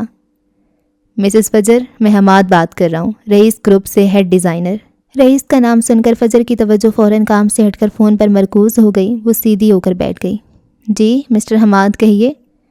میں آپ کا زیادہ وقت نہیں لوں گا۔ دراصل ڈارک سٹارز کی لانچنگ فائنل ہو رہی ہے اور ہمیں ایک کردار کے لیے آپ کے ایک پرانے ڈیزائن کی ضرورت ہے۔ فجر کی بھویں سکڑ گئیں۔ میرا ڈیزائن؟ جی، آپ کا سب سے پہلا کاسٹیوم نائٹ میئر۔ کمرے میں ایک دم خاموشی چھا گئی۔ نائٹ میئر، وہ کاسٹیوم جو سونیا سلطان نے اس سے خرید کر رئیس کو دے دیا تھا۔ وہ اس نے کبھی منظر عام پر نہیں دیکھا تھا اور نہ جانتی تھی کہ وہ رئیس کے پاس تھا۔ وہ سمجھنے کی کوشش کر رہی تھی۔ یہ ایک بڑی خبر تھی۔ حماد نے جلدی سے اضافہ کیا، دراصل یہ کاسٹیوم ڈارک سٹارز کے لکھے گئے کرداروں میں سے ایک کے ساتھ مکمل طور پر میچ ہوتا ہے۔ ہم اس میں تھوڑی سی بہتری لانا چاہتے ہیں مگر اس کے لیے ہمیں آفیشیل آپ کی اجازت درکار ہوگی۔ اس نے مزید اضافہ کیا، اگر آپ کے پاس وقت ہو تو کیا آپ ہیڈ آفس آ سکتی ہیں؟ ہم آپ کو پورا کانسیپٹ دکھانا چاہتے ہیں۔ فجر نے گہری سانس لی۔ رئیس اب اس کا ڈیزائن استعمال کرنا چاہتا تھا۔ ٹھیک ہے۔ اس کی آواز ایک پر اعتماد بزنس وومن کی تھی۔ میں شام میں وزٹ کروں گی۔ اس نے فون بند کر دیا اور سر جھٹک کر دوبارہ کام کی طرف متوجہ ہوئی۔ شام سے پہلے ایک سیاہ مرسیڈیز رئیس گروپ کی عالی شان عمارت میں داخل ہوئی۔ دروازہ کھلا اور فجر باہر نکلی۔ وہ مکمل طور پر ایک پاورفل بزنس وومن کے حلیے میں تھی۔ دسمبر کی ٹھنڈی ہوا میں اس نے ایک لمبا اسٹرکچرڈ کیمل وول کوٹ پہن رکھا تھا جس کے کالر کھڑے تھے۔ اس کے پاؤں میں تیز نوکیلی سیاہ اسٹیلیٹو ہیلز تھیں اور آنکھوں پر بڑے سیاہ شیڈز جمے تھے جو اس کے آدھے چہرے کو چھپائے ہوئے تھے۔ اس نے اپنا لیدر بیگ تھاما اور عمارت کی شیشے کے دروازوں سے اندر داخل ہوئی۔ یہاں فرش چمکتے ہوئے سیاہ ماربل کا تھا جس میں اونچی چھتوں پر لگی کرسٹل لائٹس کا عکس پڑ رہا تھا۔ ہر طرف شیشے کی دیواریں اور مہنگا فرنیچر تھا۔ اس کی ہیلز کی ٹک ٹک کی آواز اس خاموش وسیع راہداری میں گونج رہی تھی۔ وہ آواز اعتماد کی تھی۔ اسٹاف اس کے راستے سے احتراماً ہٹ رہا تھا۔ وہ بلا وجہ نہیں آتی تھی۔ وہ آج مدعو کی گئی تھی۔ اس کا چشمہ اس کی آنکھوں پر جمع تھا جس سے اس کے تاثرات کو پڑھنا ناممکن تھا۔ حماد خود اسے لینے کے لیے لابی میں موجود تھا۔ مس فجر، اس طرف۔ وہ اسے ڈارک سٹارز کے مخصوص ڈیزائن اسٹوڈیو میں لے گیا۔ کمرہ ڈیزائنرز، موڈ بورڈز اور جیولری کے نمونوں سے بھرا پڑا تھا اور کمرے کے عین وسط میں ایک لائف سائز مینکوئن پر روشنیوں کی جھرمٹ میں وہ کاسٹیوم کھڑا تھا، نائٹ میئر۔ سرخ اور سفید نیلے رنگ کا وہ شاہکار جسے فجر نے اپنی ٹوٹے ہوئے خوابوں سے بنا تھا۔ فجر اس کے سامنے جا کر رک گئی۔ اس نے اپنا چشمہ نہیں اتارا، البتہ آنکھوں میں حسرت سی تھی۔ اس وقت اسے یہ بیچنا پڑا تھا۔ حماد نے احتیاط سے بات شروع کی، یہ ایک چھوڑی ہوئی ملکہ کا کانسیپٹ ہے جسے اس کی سلطنت سے نکال دیا جاتا ہے مگر وہ واپس آتی ہے، ایک نائٹ میئر کی طرح اور ہیرو سے زیادہ چمکدار۔ ڈیزائنرز کی ٹیم خاموشی سے اسے دیکھ رہی تھی۔ فجر نے گاؤن پر ہاتھ پھیرا، وہی کپڑا، وہی کڑھائی۔ آپ اس میں کیا بہتری لانا چاہتے ہیں؟ اس نے بالآخر پوچھا۔ اس کی آواز اس کے چشمے کی طرح بے تاثر تھی۔ حماد نے ایک اسکیچ اٹھایا۔ ہم اس کے ساتھ ایک کرسٹل کا تاج شامل کرنا چاہتے ہیں، اسے مزید شہانہ دکھانے کے لیے، مگر اصل روح یہی رہے گی۔ فجر خاموش رہی۔ وہ جانتی تھی یہ صرف ایک میٹنگ نہیں تھی، یہ رئیس کا ایک اور پیغام تھا۔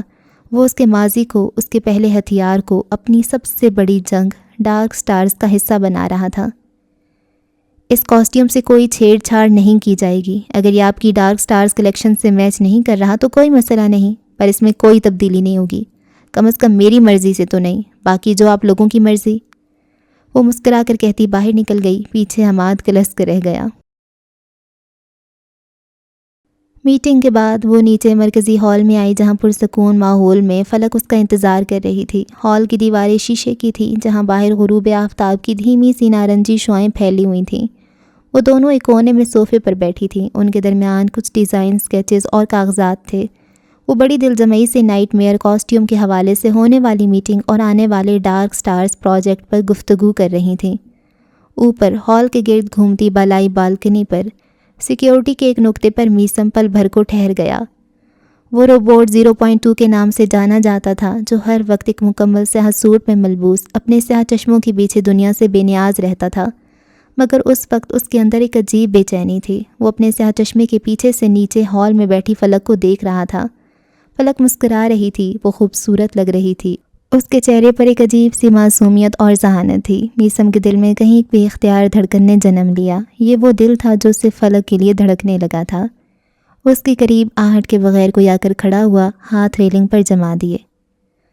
اسے پسند کرتے ہو تو کہہ کیوں نہیں دیتے؟ ولی کی آواز ابھری۔ میسم ٹھٹک گیا۔ وہ ساکت کھڑا رہا جیسے اس کے سسٹم نے کوئی ایرر دے دیا ہو۔ میں ایک سیکیورٹی ہیڈ ہوں، میرا کام سیکیورٹی دینا ہے، مالکن پر نظر رکھنا نہیں۔ مالکن پر نظر رکھنا؟ ولی مسکرایا۔ آنکھیں جھوٹ نہیں بولتی میسم، میں دیکھ سکتا ہوں جب وہ تمہاری حدود سے گزرتی ہے تو تمہاری سیکیورٹی کوڈز میں گڑبڑ ہو جاتی ہے۔ تم صرف چند لمحوں کو جی رہے ہو، ان لمحات کو جب تم اسے دیکھ سکتے ہو۔ میسم سختی سے اپنی ریلنگ پر ہاتھ جمے، ہاتھ کی گرفت مضبوط کر گیا۔ میں ایسا کچھ نہیں سوچتا۔ تم نفی کرو گے کیونکہ تم ایک سپاہی ہو، مگر دل تو انسانی ہے نا میسم، اور دل پر کس کا اختیار ہوتا ہے؟ اس کی نظریں فجر پر ٹھہر گئیں، اسے کھو دینے کا خوف آج بھی ویسا ہی تھا۔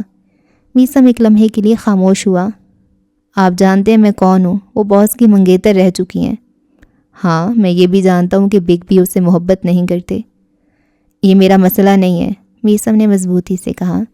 میرے دل پر اختیار نہیں تھا، مگر میرے دماغ پر ہے، اور میں ایسا کچھ سوچ بھی نہیں سکتا۔ تم ایک اچھے انسان ہو، کیا وہ محبت کی مستحق نہیں؟ وہ باس کی امانت ہے۔ اس لمحے ولی نے اچانک اپنا سر گھما کر اسے دیکھا، اس کی آنکھوں میں گہرا جذباتی تاثر تھا۔ کیا تم سچائی سے واقف نہیں ہو؟ میں اتنا جانتا ہوں کہ میں ساری عمر باس کے حکم پر فلک صاحبہ کے ساتھ سائی کی طرح رہ سکتا ہوں، انہیں ہر خطرے سے بچا سکتا ہوں، مگر وہ ایک لمحے کو رکا، اس کی آواز میں اذیت کھل گئی۔ مگر میں اپنا وقت، ان کا رشتہ کبھی خراب نہیں کروں گا۔ ولی نے گہری سانس لی۔ کچھ محبتیں بس قربانی دینا جانتی ہیں، خاموشی سے قربان ہو جاتی ہیں۔ یہ محبت کی سب سے تکلیف دہ شکل ہے۔ یہ میری ڈیوٹی ہے اور اس سے بڑا کوئی اعزاز نہیں۔ وہ نہیں چاہتا تھا کہ کوئی اس کی کمزوری کو جان پائے، وہ بادشاہ کی امانت پر نظر نہیں ڈال سکتا تھا۔ ولی نے اپنی ہاتھ ریلنگ سے ہٹائے اور گہری سانس لی۔ مجھے یقین ہے کہ اگر وقت آیا تو تم اس کے لیے اپنی جان دے دو گے۔ یہ میرا اعزاز ہوگا۔ وہ جس سنجیدگی سے بولا تھا، نشان زدہ چہرے والا شخص مسکرا دیا۔ مگر اسے بتاؤ گے کبھی نہیں کہ تم اسے پسند کرتے ہو؟ کبھی نہیں۔ میسم کی آواز فیصلہ کن تھی۔ ولی نے میسم کے کندھے پر ہاتھ رکھا اور اسے ہلکا سا دبایا۔ ٹھیک ہے، مگر جب جنگ ختم ہو جائے، جب تم بادشاہ اور ان کی امانت کو بچا لو، تب یہ ڈیوٹی کا سوٹ اتار کر ایک بار، صرف ایک بار اپنے دل کی سننا۔ میسم نے کوئی جواب نہیں دیا۔ وہ نیچے فلک کو دیکھتا رہا، جو اب مسکراتی ہوئی فجر کے ساتھ ہال سے باہر نکل رہی تھی۔ اس نے ایک طویل سرد سانس لی۔ ولی بھی پلٹ گیا۔ میسم وہیں کھڑا رہا۔ اس کا کام سیکیورٹی دینا تھا، مگر اس وقت اس کے اپنے سینے میں وہ ایک انسان کے دل کو سیکیور کر رہا تھا، ایک ایسا دل جو ہمیشہ بند رہنا تھا۔ ایک دن پہلے گھر میں ایک عجیب کاٹ کھانے والی خاموشی تھی، مگر چھت کی بالکنی پر دسمبر کی اس ہلکی دھوپ میں ماحول مختلف تھا۔ فلک ایک موٹی بنی ہوئی شال لپیٹے ریلنگ کے پاس کھڑی تھی۔ اس کی آنکھیں رات بھر جاگنے سے ہلکی سی سوجی ہوئی تھیں، مگر چہرے پر اب ایک ٹھہراؤ تھا، ایک فیصلہ تھا۔ فخر اس کے ساتھ چائے کا کپ لیے کھڑا تھا۔ تم بہت سمجھدار ہو چکی ہو فلک، اس نے خاموشی کو توڑا۔ جب اپنے چھوڑ جائیں تو سمجھداری خود ہی آ جاتی ہے بھائی، اس نے گہری سانس لیتے کہا۔ اس کے اپنوں نے ناتا توڑ لیا تھا، وجاہت عالمگیر اور بشارت بھائی نے دوبارہ اس سے بات نہیں کی تھی۔ نہیں، یہ سمجھداری نہیں، یہ بہادری ہے۔ کل ڈارک سٹارز کی لانچ ہے اور جہاں تک میں جانتا ہوں رئیس گروپ میں بطور مصنفہ تمہارا آخری دن ہے۔ اس نے فلک کی آنکھوں میں جھانکا۔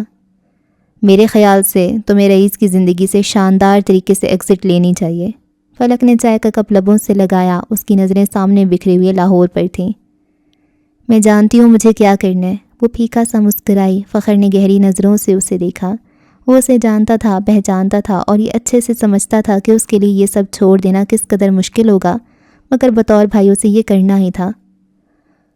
آفس، کانٹریکٹ، پہچان، یہ سب تو ٹھیک ہے، لیکن محبت کا کیا؟ اس بار لہجے میں فکر مندی تھی۔ تم کسی اور سے شادی نہیں کرنا چاہتی تو باقی کی زندگی کیسے گزرے گی؟ کیا یہ سب تمہارے لیے اتنا آسان ہوگا؟ فلک نے ایک لمبی گہری سانس لی۔ صرف دیکھ کر ہی زندگی گزاری جا سکتی ہے نا؟ میں صرف اسے دیکھ کر بھی زندگی گزار سکتی ہوں۔ اس کی آواز رند گئی۔ یہ تم کیا کہہ رہی ہو؟ یہ کوئی جینا نہیں ہے۔ اسے حقیقتاً برا لگا تھا۔ فلک خاموش رہی۔ کاش وہ چلا جائے، وہ تمہاری زندگی سے چلا جائے۔ فخر کی انگلیاں ریلنگ پر جم گئیں، اندر کہیں کچھ لرزا تھا۔ وہ نہیں چاہتا تھا فلک خود کو چن کر بھی ایسی زندگی گزارے، جبکہ فلک اس کی ایسی خواہش پر مسکرا بھی نہ پائی۔ وہ چلا جاتا تو وہ کسے دیکھتی؟ پتہ ہے ہم سب یک طرفہ محبت کو غلط سمجھتے ہیں۔ ہم سوچتے ہیں محبت حاصل کرنے کا نام ہے کہ اگر وہ مل گیا تو جیت، نہ ملا تو ہار۔ یہ سچ نہیں ہے۔ محبت تو بس ہو جاتی ہے۔ یہ ایک احساس ہے جو ہمارے اندر زندہ رہتا ہے، ہمیں زندہ رکھتا ہے۔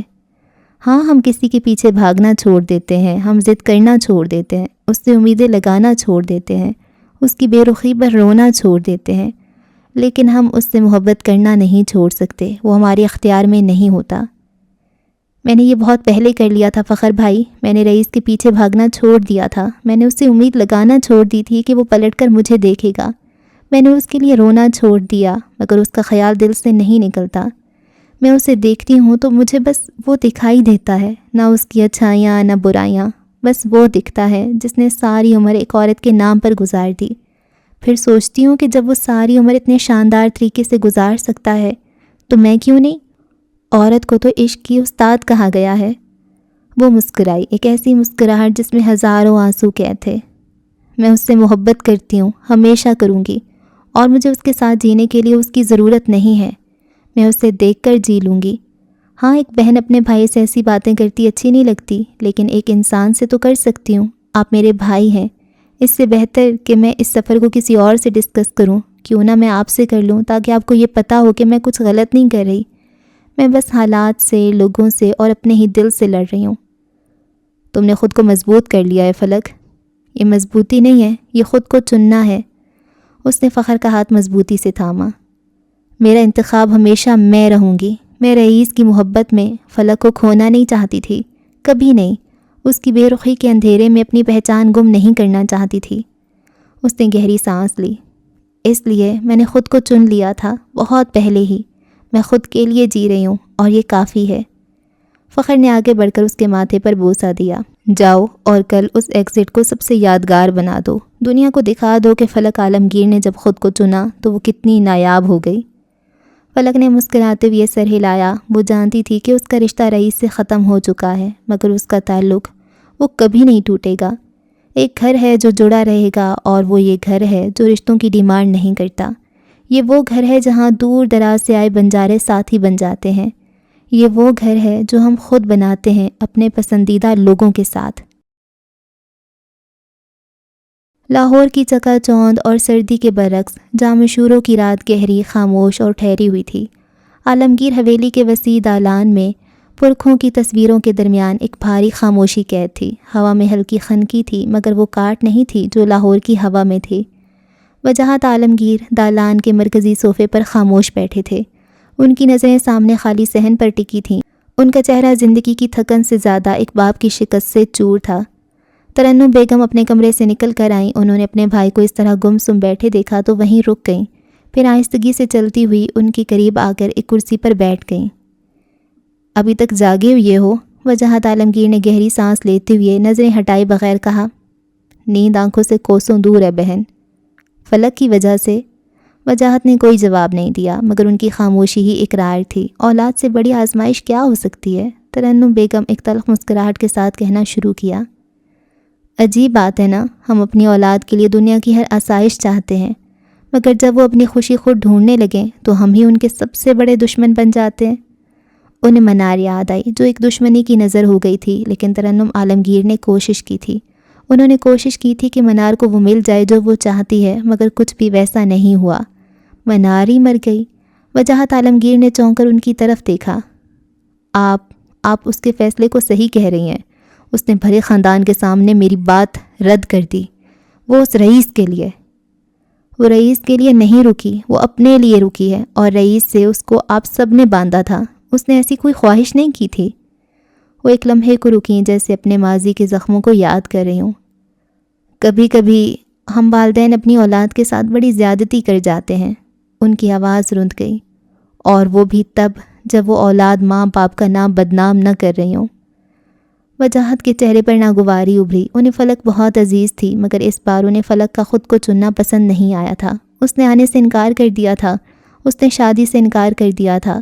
عجیب بات ہے، کچھ عرصہ پہلے جب وہ بستر مرگ پر تھی تو یہی وجاہت عالمگیر چاہتے تھے کہ ان کی بیٹی بچ جائے، وہ جو چاہے کرے لیکن زندہ رہے۔ کھو دینے کا خوف ہر احساس پر بھاری ہوتا ہے، اور جب یہ خوف ختم ہو جاتا ہے تو ہماری انا پھر سے جاگ اٹھتی ہے۔ فلک نے کچھ غلط نہیں کیا، اس نے اپنا نام بنایا، اپنی پہچان بنائی۔ اس نے خاندان کا سر جھکایا نہیں، فخر سے بلند کیا ہے۔ ان کی آنکھوں میں نمی تیرنے لگی۔ یہ آنسو منار کے لیے تھے، فجر کے لیے تھے، یا فلک کے لیے؟ کہنا مشکل تھا۔ میں نے خود فجر کے ساتھ بہت زیادتیاں کی ہیں۔ میں نے اسے ہمیشہ گردیزی خاندان کا خون سمجھا، کبھی یہ سمجھنے کی کوشش نہیں کی کہ اسے میں نے پالا ہے۔ میں نے اسے خود سے دور کیا، اور وہ اتنی دور چلی گئی کہ اب صرف اس کی خبریں ہی مجھ تک پہنچتی ہیں۔ وہ وجاہت عالمگیر کی جانب مڑی۔ عالمگیر خاندان نے پہلے بھی ایک بیٹی کو کاٹ کر پھینک دیا تھا۔ میں نے فجر کو ٹھکرا دیا۔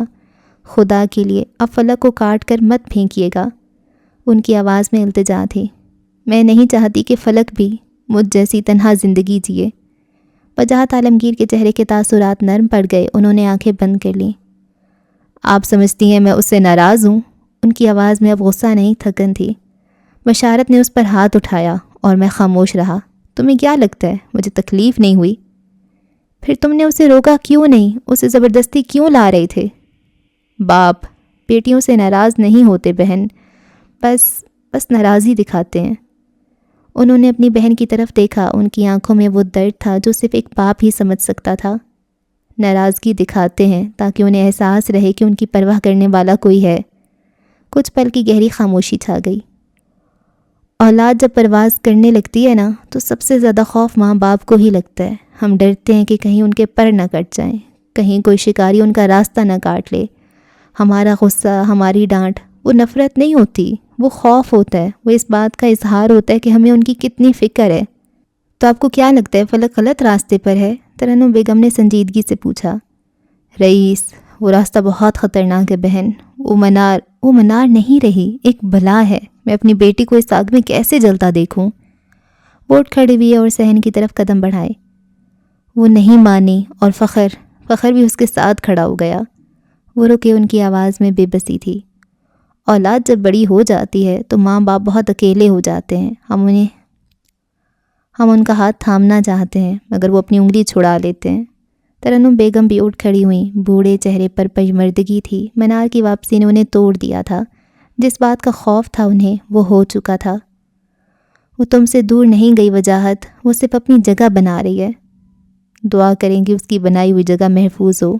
انہوں نے آسمان کی جانب رخ کرتے کہا۔ حویلی کی خاموشی میں دو بہن بھائی کھڑے تھے۔ ایک اپنی بیٹی کے کیے پر پچھتا رہی تھی، اور دوسرا اپنی بیٹی کے مستقبل سے خوف زدہ تھا۔ ہوائی اڈے کے رن وے پر جہاز کے انجنوں کی گڑگڑاہٹ فضا میں گونج رہی تھی، جیسے کوئی بڑا راز دفن کیا جا رہا ہو۔ مراد عالم جہاز کی فرسٹ کلاس کی کھڑکی کے پاس بیٹھا تھا۔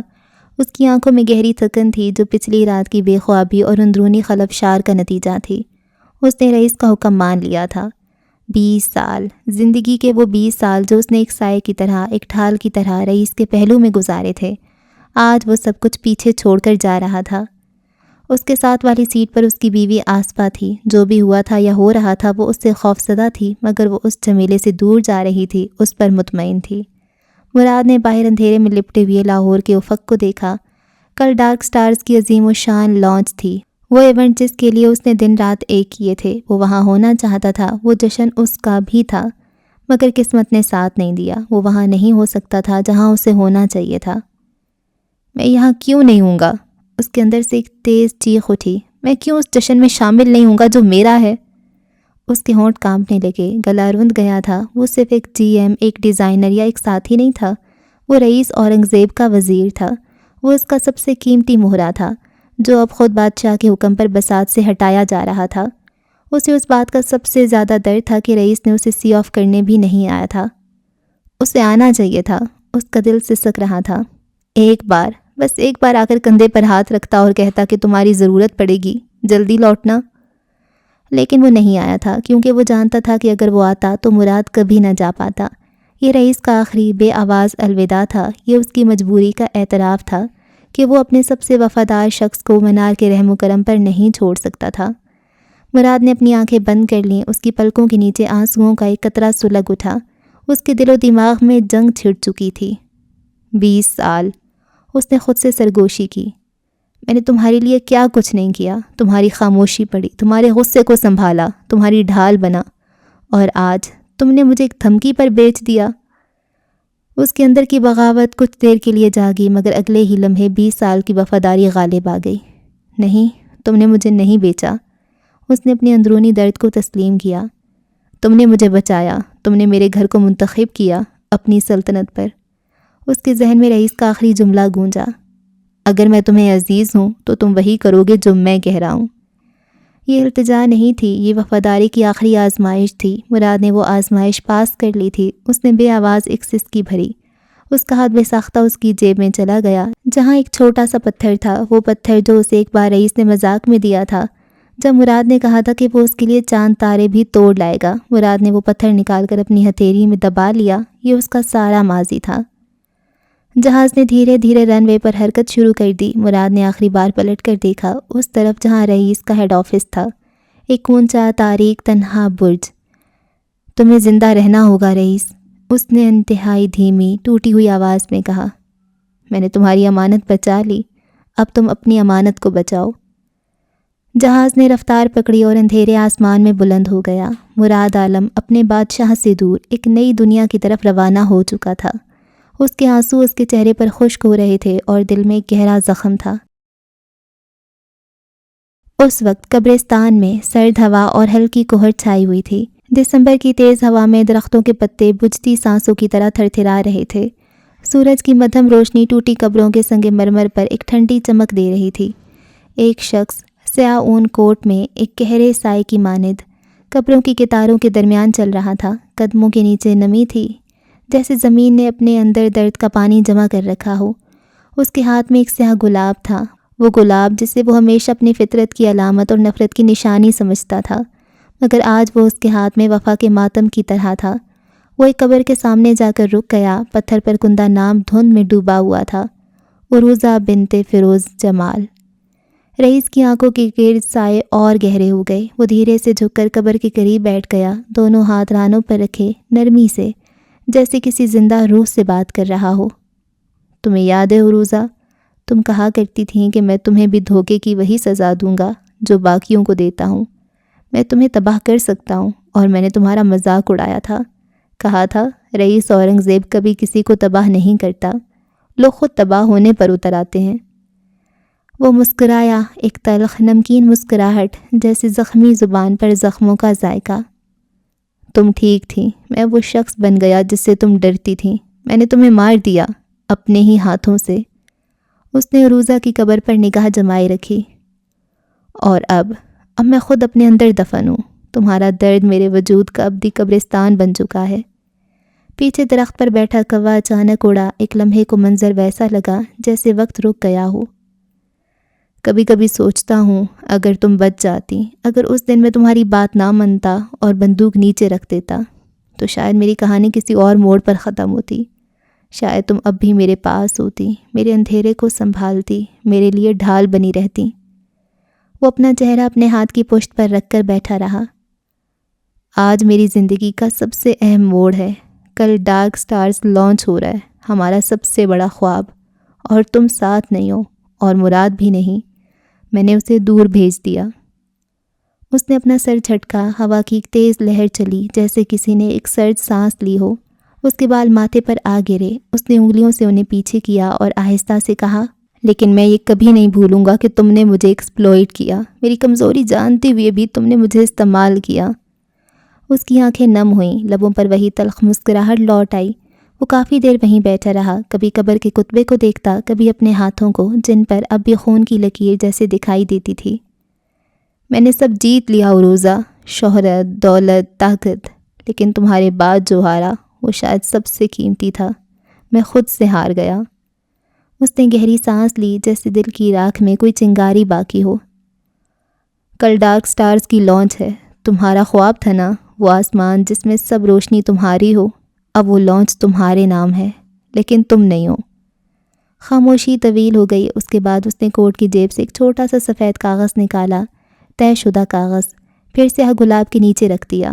یہ میرا جواب ہے تمہارے آخری سوال کا۔ وہ اٹھا، لمحے بھر قبر پر نگاہ ڈالی اور دھیرے دھیرے واپس چلنے لگا۔ دسمبر کی دھند نے اس کے نقش قدم مٹا دیے۔ وہ ہمیشہ کی طرح تنہا اور بوجھل تھا۔ کچھ دیر بعد ایک اور سایہ قبرستان کے دروازے سے داخل ہوا۔ سفید بال، بھاری چال، فیروز جمال، عروزہ کا باپ۔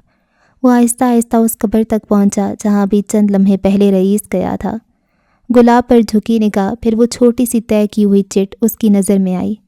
اس نے جھک کر وہ چٹ اٹھائی، لفظ صاف، قلم مضبوط، وہ رئیس کا ہی خط تھا۔ اور تمہیں میری معافی کی ضرورت نہیں، نہ مجھے تمہاری۔ اس سے کوئی فرق نہیں پڑتا کہ تم معاف کرو یا نہ کرو۔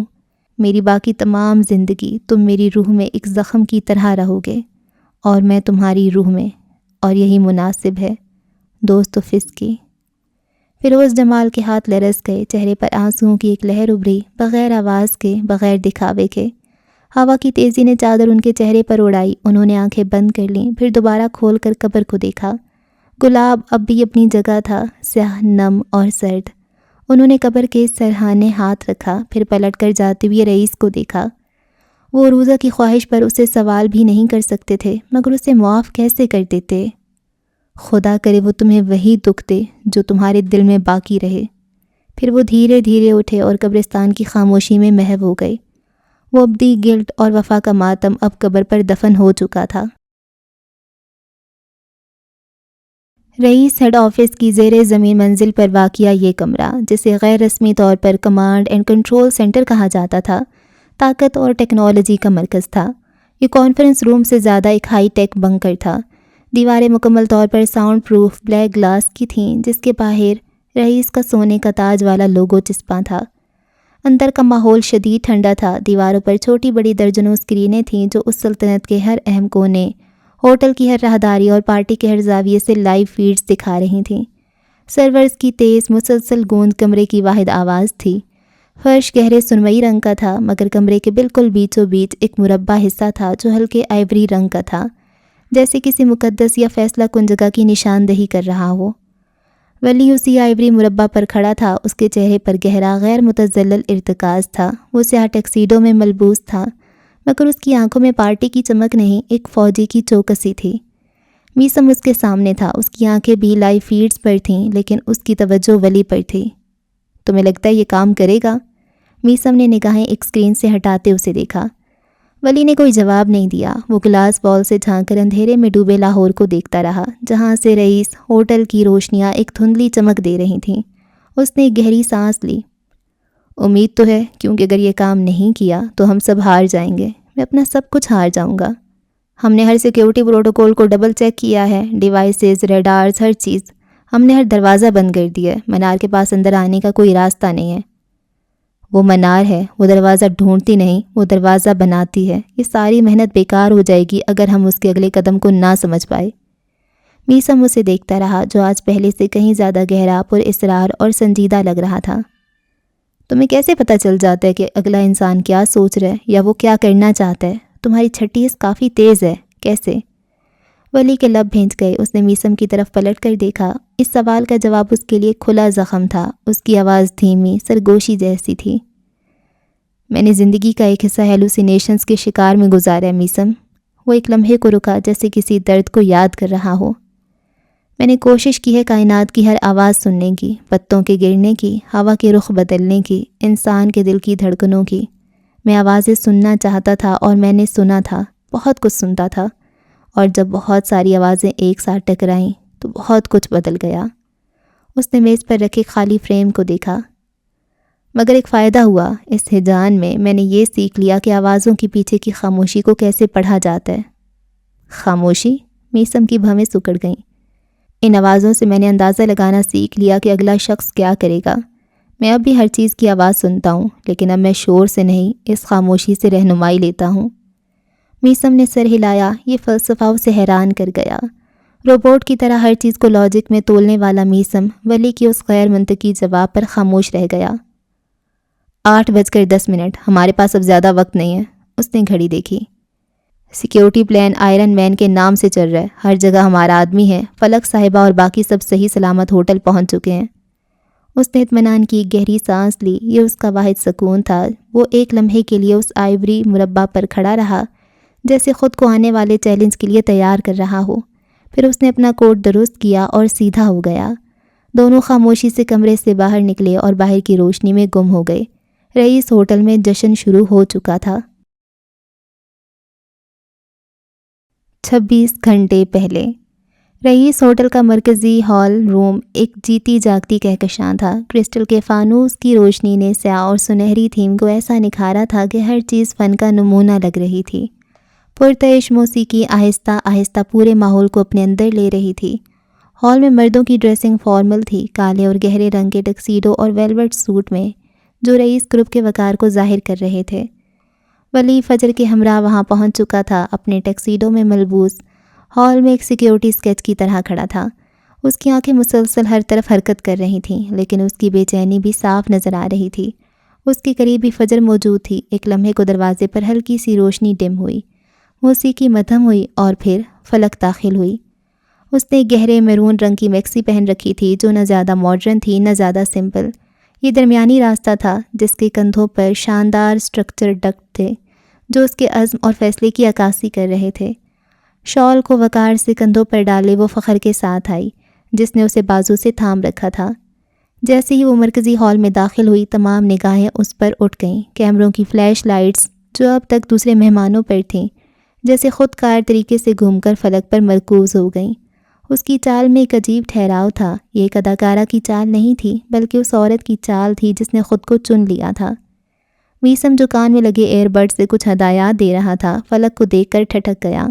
اس کا چہرہ، جو ہمیشہ کی طرح جذبات سے عاری تھا، ایک پل کے لیے لرزا۔ اس کے سیاہ چشموں کے پیچھے کی آنکھوں میں فلک کا مرون رنگ کا سایہ اترا۔ اس نے وہ لباس، وہ حسن دیکھا جس کے لیے اس کا دل دھڑکتا تھا۔ اسے دیکھ کر وہ سب کچھ بھول گیا جو اس نے ولی سے کہا تھا۔ ایک سیکیورٹی روبوٹ کا سسٹم جیسے خوبصورت تصویر کو دیکھ کر جم گیا ہو۔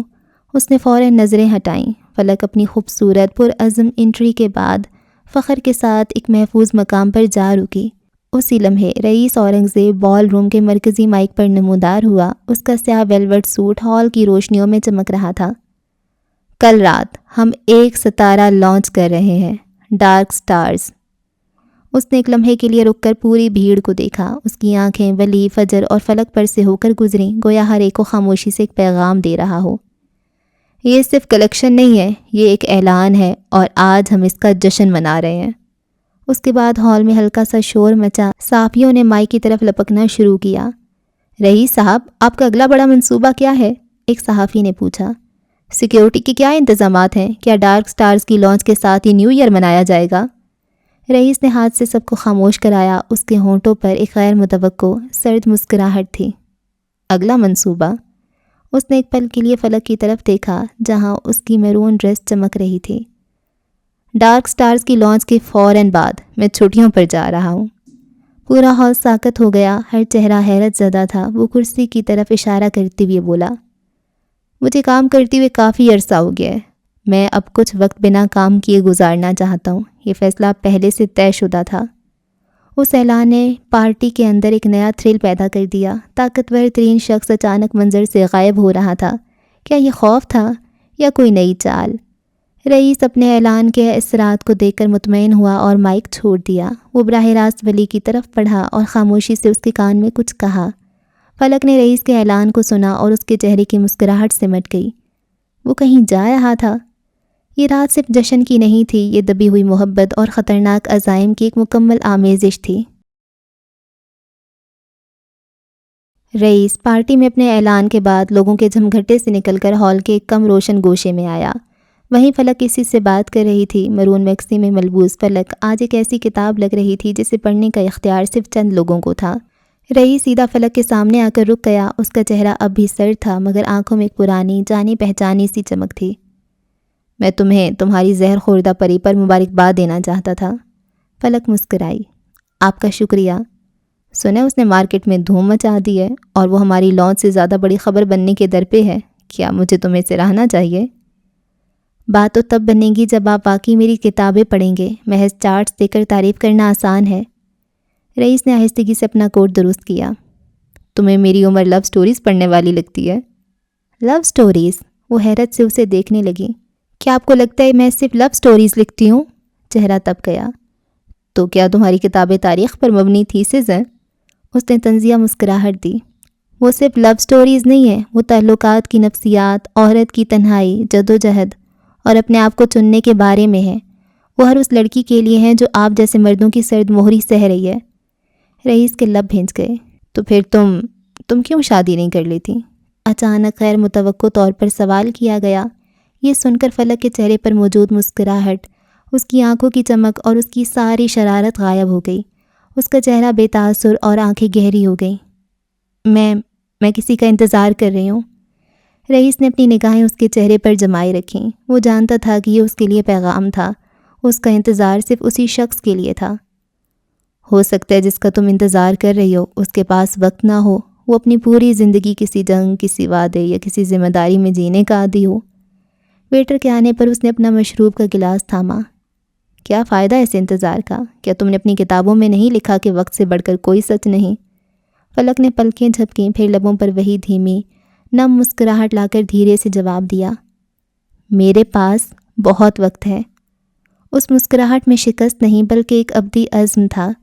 وہ رئیس پر ایک گہری نگاہ ڈال کر پلٹ گئی۔ وہ چل پڑی لیکن چند قدم بعد ہی رکی۔ اس نے سر گھما کر رئیس کو دیکھا جو ابھی بھی اسی جگہ ساکت کھڑا تھا۔ جون ویڈنگ؟ اس نے پھیکی سی مسکراہٹ سے کہا۔ مجھے جون ویڈنگ پسند ہے، سب کچھ سبز، روشن، کبھی انتظار پورا ہوا تو۔ وہ بات ادھوری چھوڑ گئی ایک غیر یقینی امید کا ہلکا سا زخم دے کر۔ تمہیں یہ ماننا ہوگا میں ایک قاتل ہوں، ہر ادھوری کہانی کا وہ سیاہ حرف جسے لوگ ویلن کہتے ہیں۔ رئیس کی آنکھیں چیخ چیخ کر کہتی تھیں۔ اور میں ایک مصنفہ ہوں، آخر میں جسے اپنے ہی لکھے گئے ویلن سے عشق ہو جاتا ہے۔ ان شہد رنگ آنکھوں میں اطمینان کے دیے جلتے تھے۔ وہ پھر مڑی اور ہجوم میں گم ہو گئی اپنے مرون لباس کے ساتھ، ایک ایسے وعدے کو پورا کرنے کے لیے جو کبھی کہا ہی نہیں گیا تھا۔ رئیس کچھ دیر وہیں کھڑا رہا۔ اس کی سماعت میں جون ویڈنگ کا جملہ گونج رہا تھا۔ اس کی کہانی میں صرف سیاہ گلاب تھے، کوئی روشن سبز شادی نہیں تھی۔ وہ جانتا تھا کہ یہ انتظار شاید کبھی پورا نہ ہو، لیکن فلک کی امید یہ رئیس اورنگزیب کو ایک لمحے کے اندر تک توڑ گئی تھی۔ اس نے بے اختیار اپنے ہاتھ میں موجود گلاس کو بھینچا جیسے کسی سچ کو دبا رہا ہو۔ یہ جنگ جتنی باہر تھی اتنی ہی اندر بھی تھی۔ اچھا جی، اس ایپیسوڈ کو یہاں پہ ختم کرتے ہیں، اور آج تو میں کچھ زیادہ ہی جوش سے ریکارڈنگ کر گئی ہوں کیونکہ میں اب بس خاتمہ چاہتی ہوں۔ مجھے یہ ختم کرنا ہے، جیسے رئیس نے کہا ہے نا کہ میں غائب ہو جاؤں گا، تو میں غائب ہونا چاہتی ہوں۔ اتنا لمبا ناول ہے، اللہ جی، ابھی اس کی کتنی قسطیں ہیں؟ 3 قسطیں اور آئیں گی۔ کوشش کروں گی 2 میں نپٹا دوں، لیکن نہیں ہو سکتا نا پاسبل، 3 مزید آئیں گی۔ اور جی کیا ہوا ہے ابھی، جیسے جیسے کاؤنٹ ڈاؤن بڑھ رہا ہے اور رئیس کے بارے میں کچھ زیادہ دکھا رہے ہیں تو میرا دل دھک دھک کرنے لگا۔ رئیس کو ہی کچھ نہ ہو جائے یار۔ اور کیا ہوا ہے،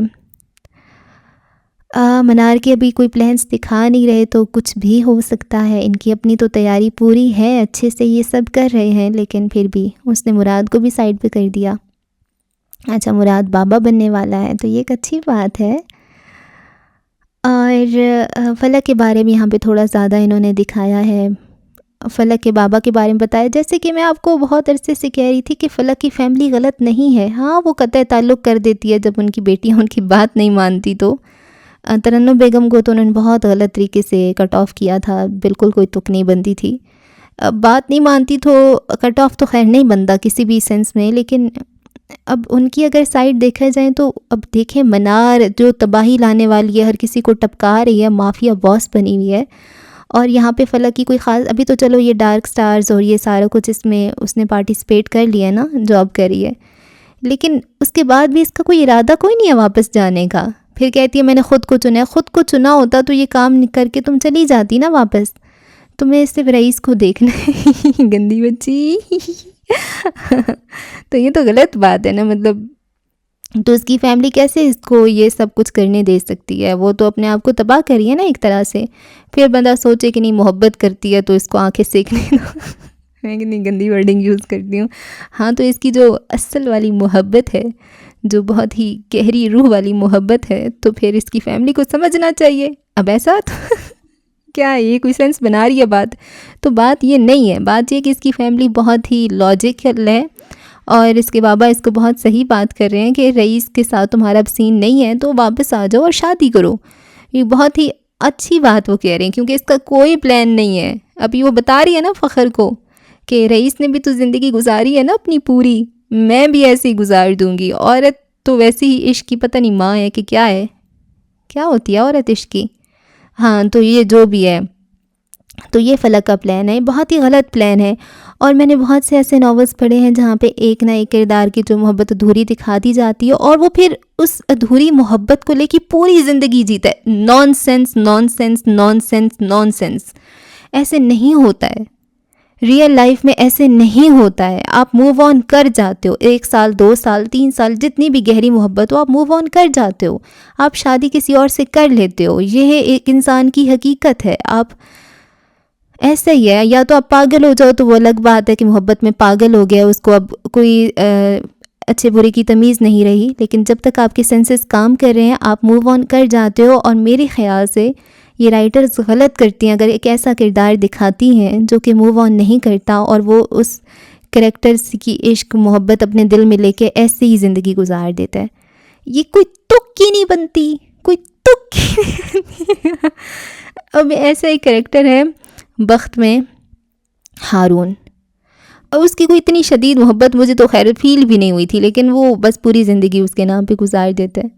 اب وجدان مصطفیٰ عشق آتش والا دیکھے تو وہ تو کیونکہ پاگل ہو جاتا ہے نا, اس کی تو محبت ہی دوسرے لیول کی ہو جاتی ہے, وہ اس کو ہیلوسینیشنز ہونے لگ جاتے ہیں, وہ پاگل ہو جاتا ہے. تو ایسے بندے کا پھر بھی آپ تھوڑی سینس بنتی ہے کہ ہاں اس نے گزار دی. لیکن ایسے نہیں نا, ایک اچھا بھلا بندہ ہے جو اپنے کام کاج کر رہا ہے, سب کچھ صحیح ہے, لیکن وہ بس اس کو دیکھ رہا ہے اور اپنی پوری زندگی گزار دیتا ہے. ایسے نہیں ہوتا. تو اگر مجھے نہیں پتہ اب اس کی اینڈنگ کیا ہے, فلک مر جائے گی, رئیس مر جائے گا, کیا پتہ دونوں بچ جائیں, اور پھر فلک اگر فلک پوری زندگی رئیس کے نام پہ بیٹھی رہتی ہے تو یہ مجھے کوئی اچھی اینڈنگ نہیں بنتی. یہ سینس والی نہیں ہے نا. تو اس کی فیملی اس کے لیے اچھا سوچ رہی ہے کہ اب ایسا نہ کرو. فخر بھی اسے تھوڑا بہت سمجھاتا ہے, لیکن وہ بات کرتی ہے تو پھر غلط ہے نا. شروع میں آپ کو تھوڑا جوش جذبہ چڑھتا ہے کہ ہاں بھائی میں تو نہیں کرنے والی شادی, لیکن یہ بہت کم عرصے کے لیے ہوتا ہے, پھر آپ گزر جاتے ہو نا اس جگہ سے. خیر دیکھتے ہیں, میسم کی بھی انٹری ہوئی ہے تو میں بھی فلک کے لیے پھر میسم ہی ہوں, ہے نا, ایسے خواہ کے تو اس کی انٹری نہیں کروائی ہوگی. اچھا ہاں وہ ولیم کے بابا کا کیا نام تھا؟ جوزف تھا نا. جوزف سے پہلے کیا تھا؟ ڈریکولا ہی کہہ دیتے ہیں. تو ڈریکولا کی رئیس سے بات ہوتی ہے, اور رئیس نے نینسی کو نہیں مارا ہوتا, وہ اس نے مارا ہوتا ہے احمد نے. اور زرتاش کو بھی تھوڑی عقل آ گئی ہے, شکر ہے.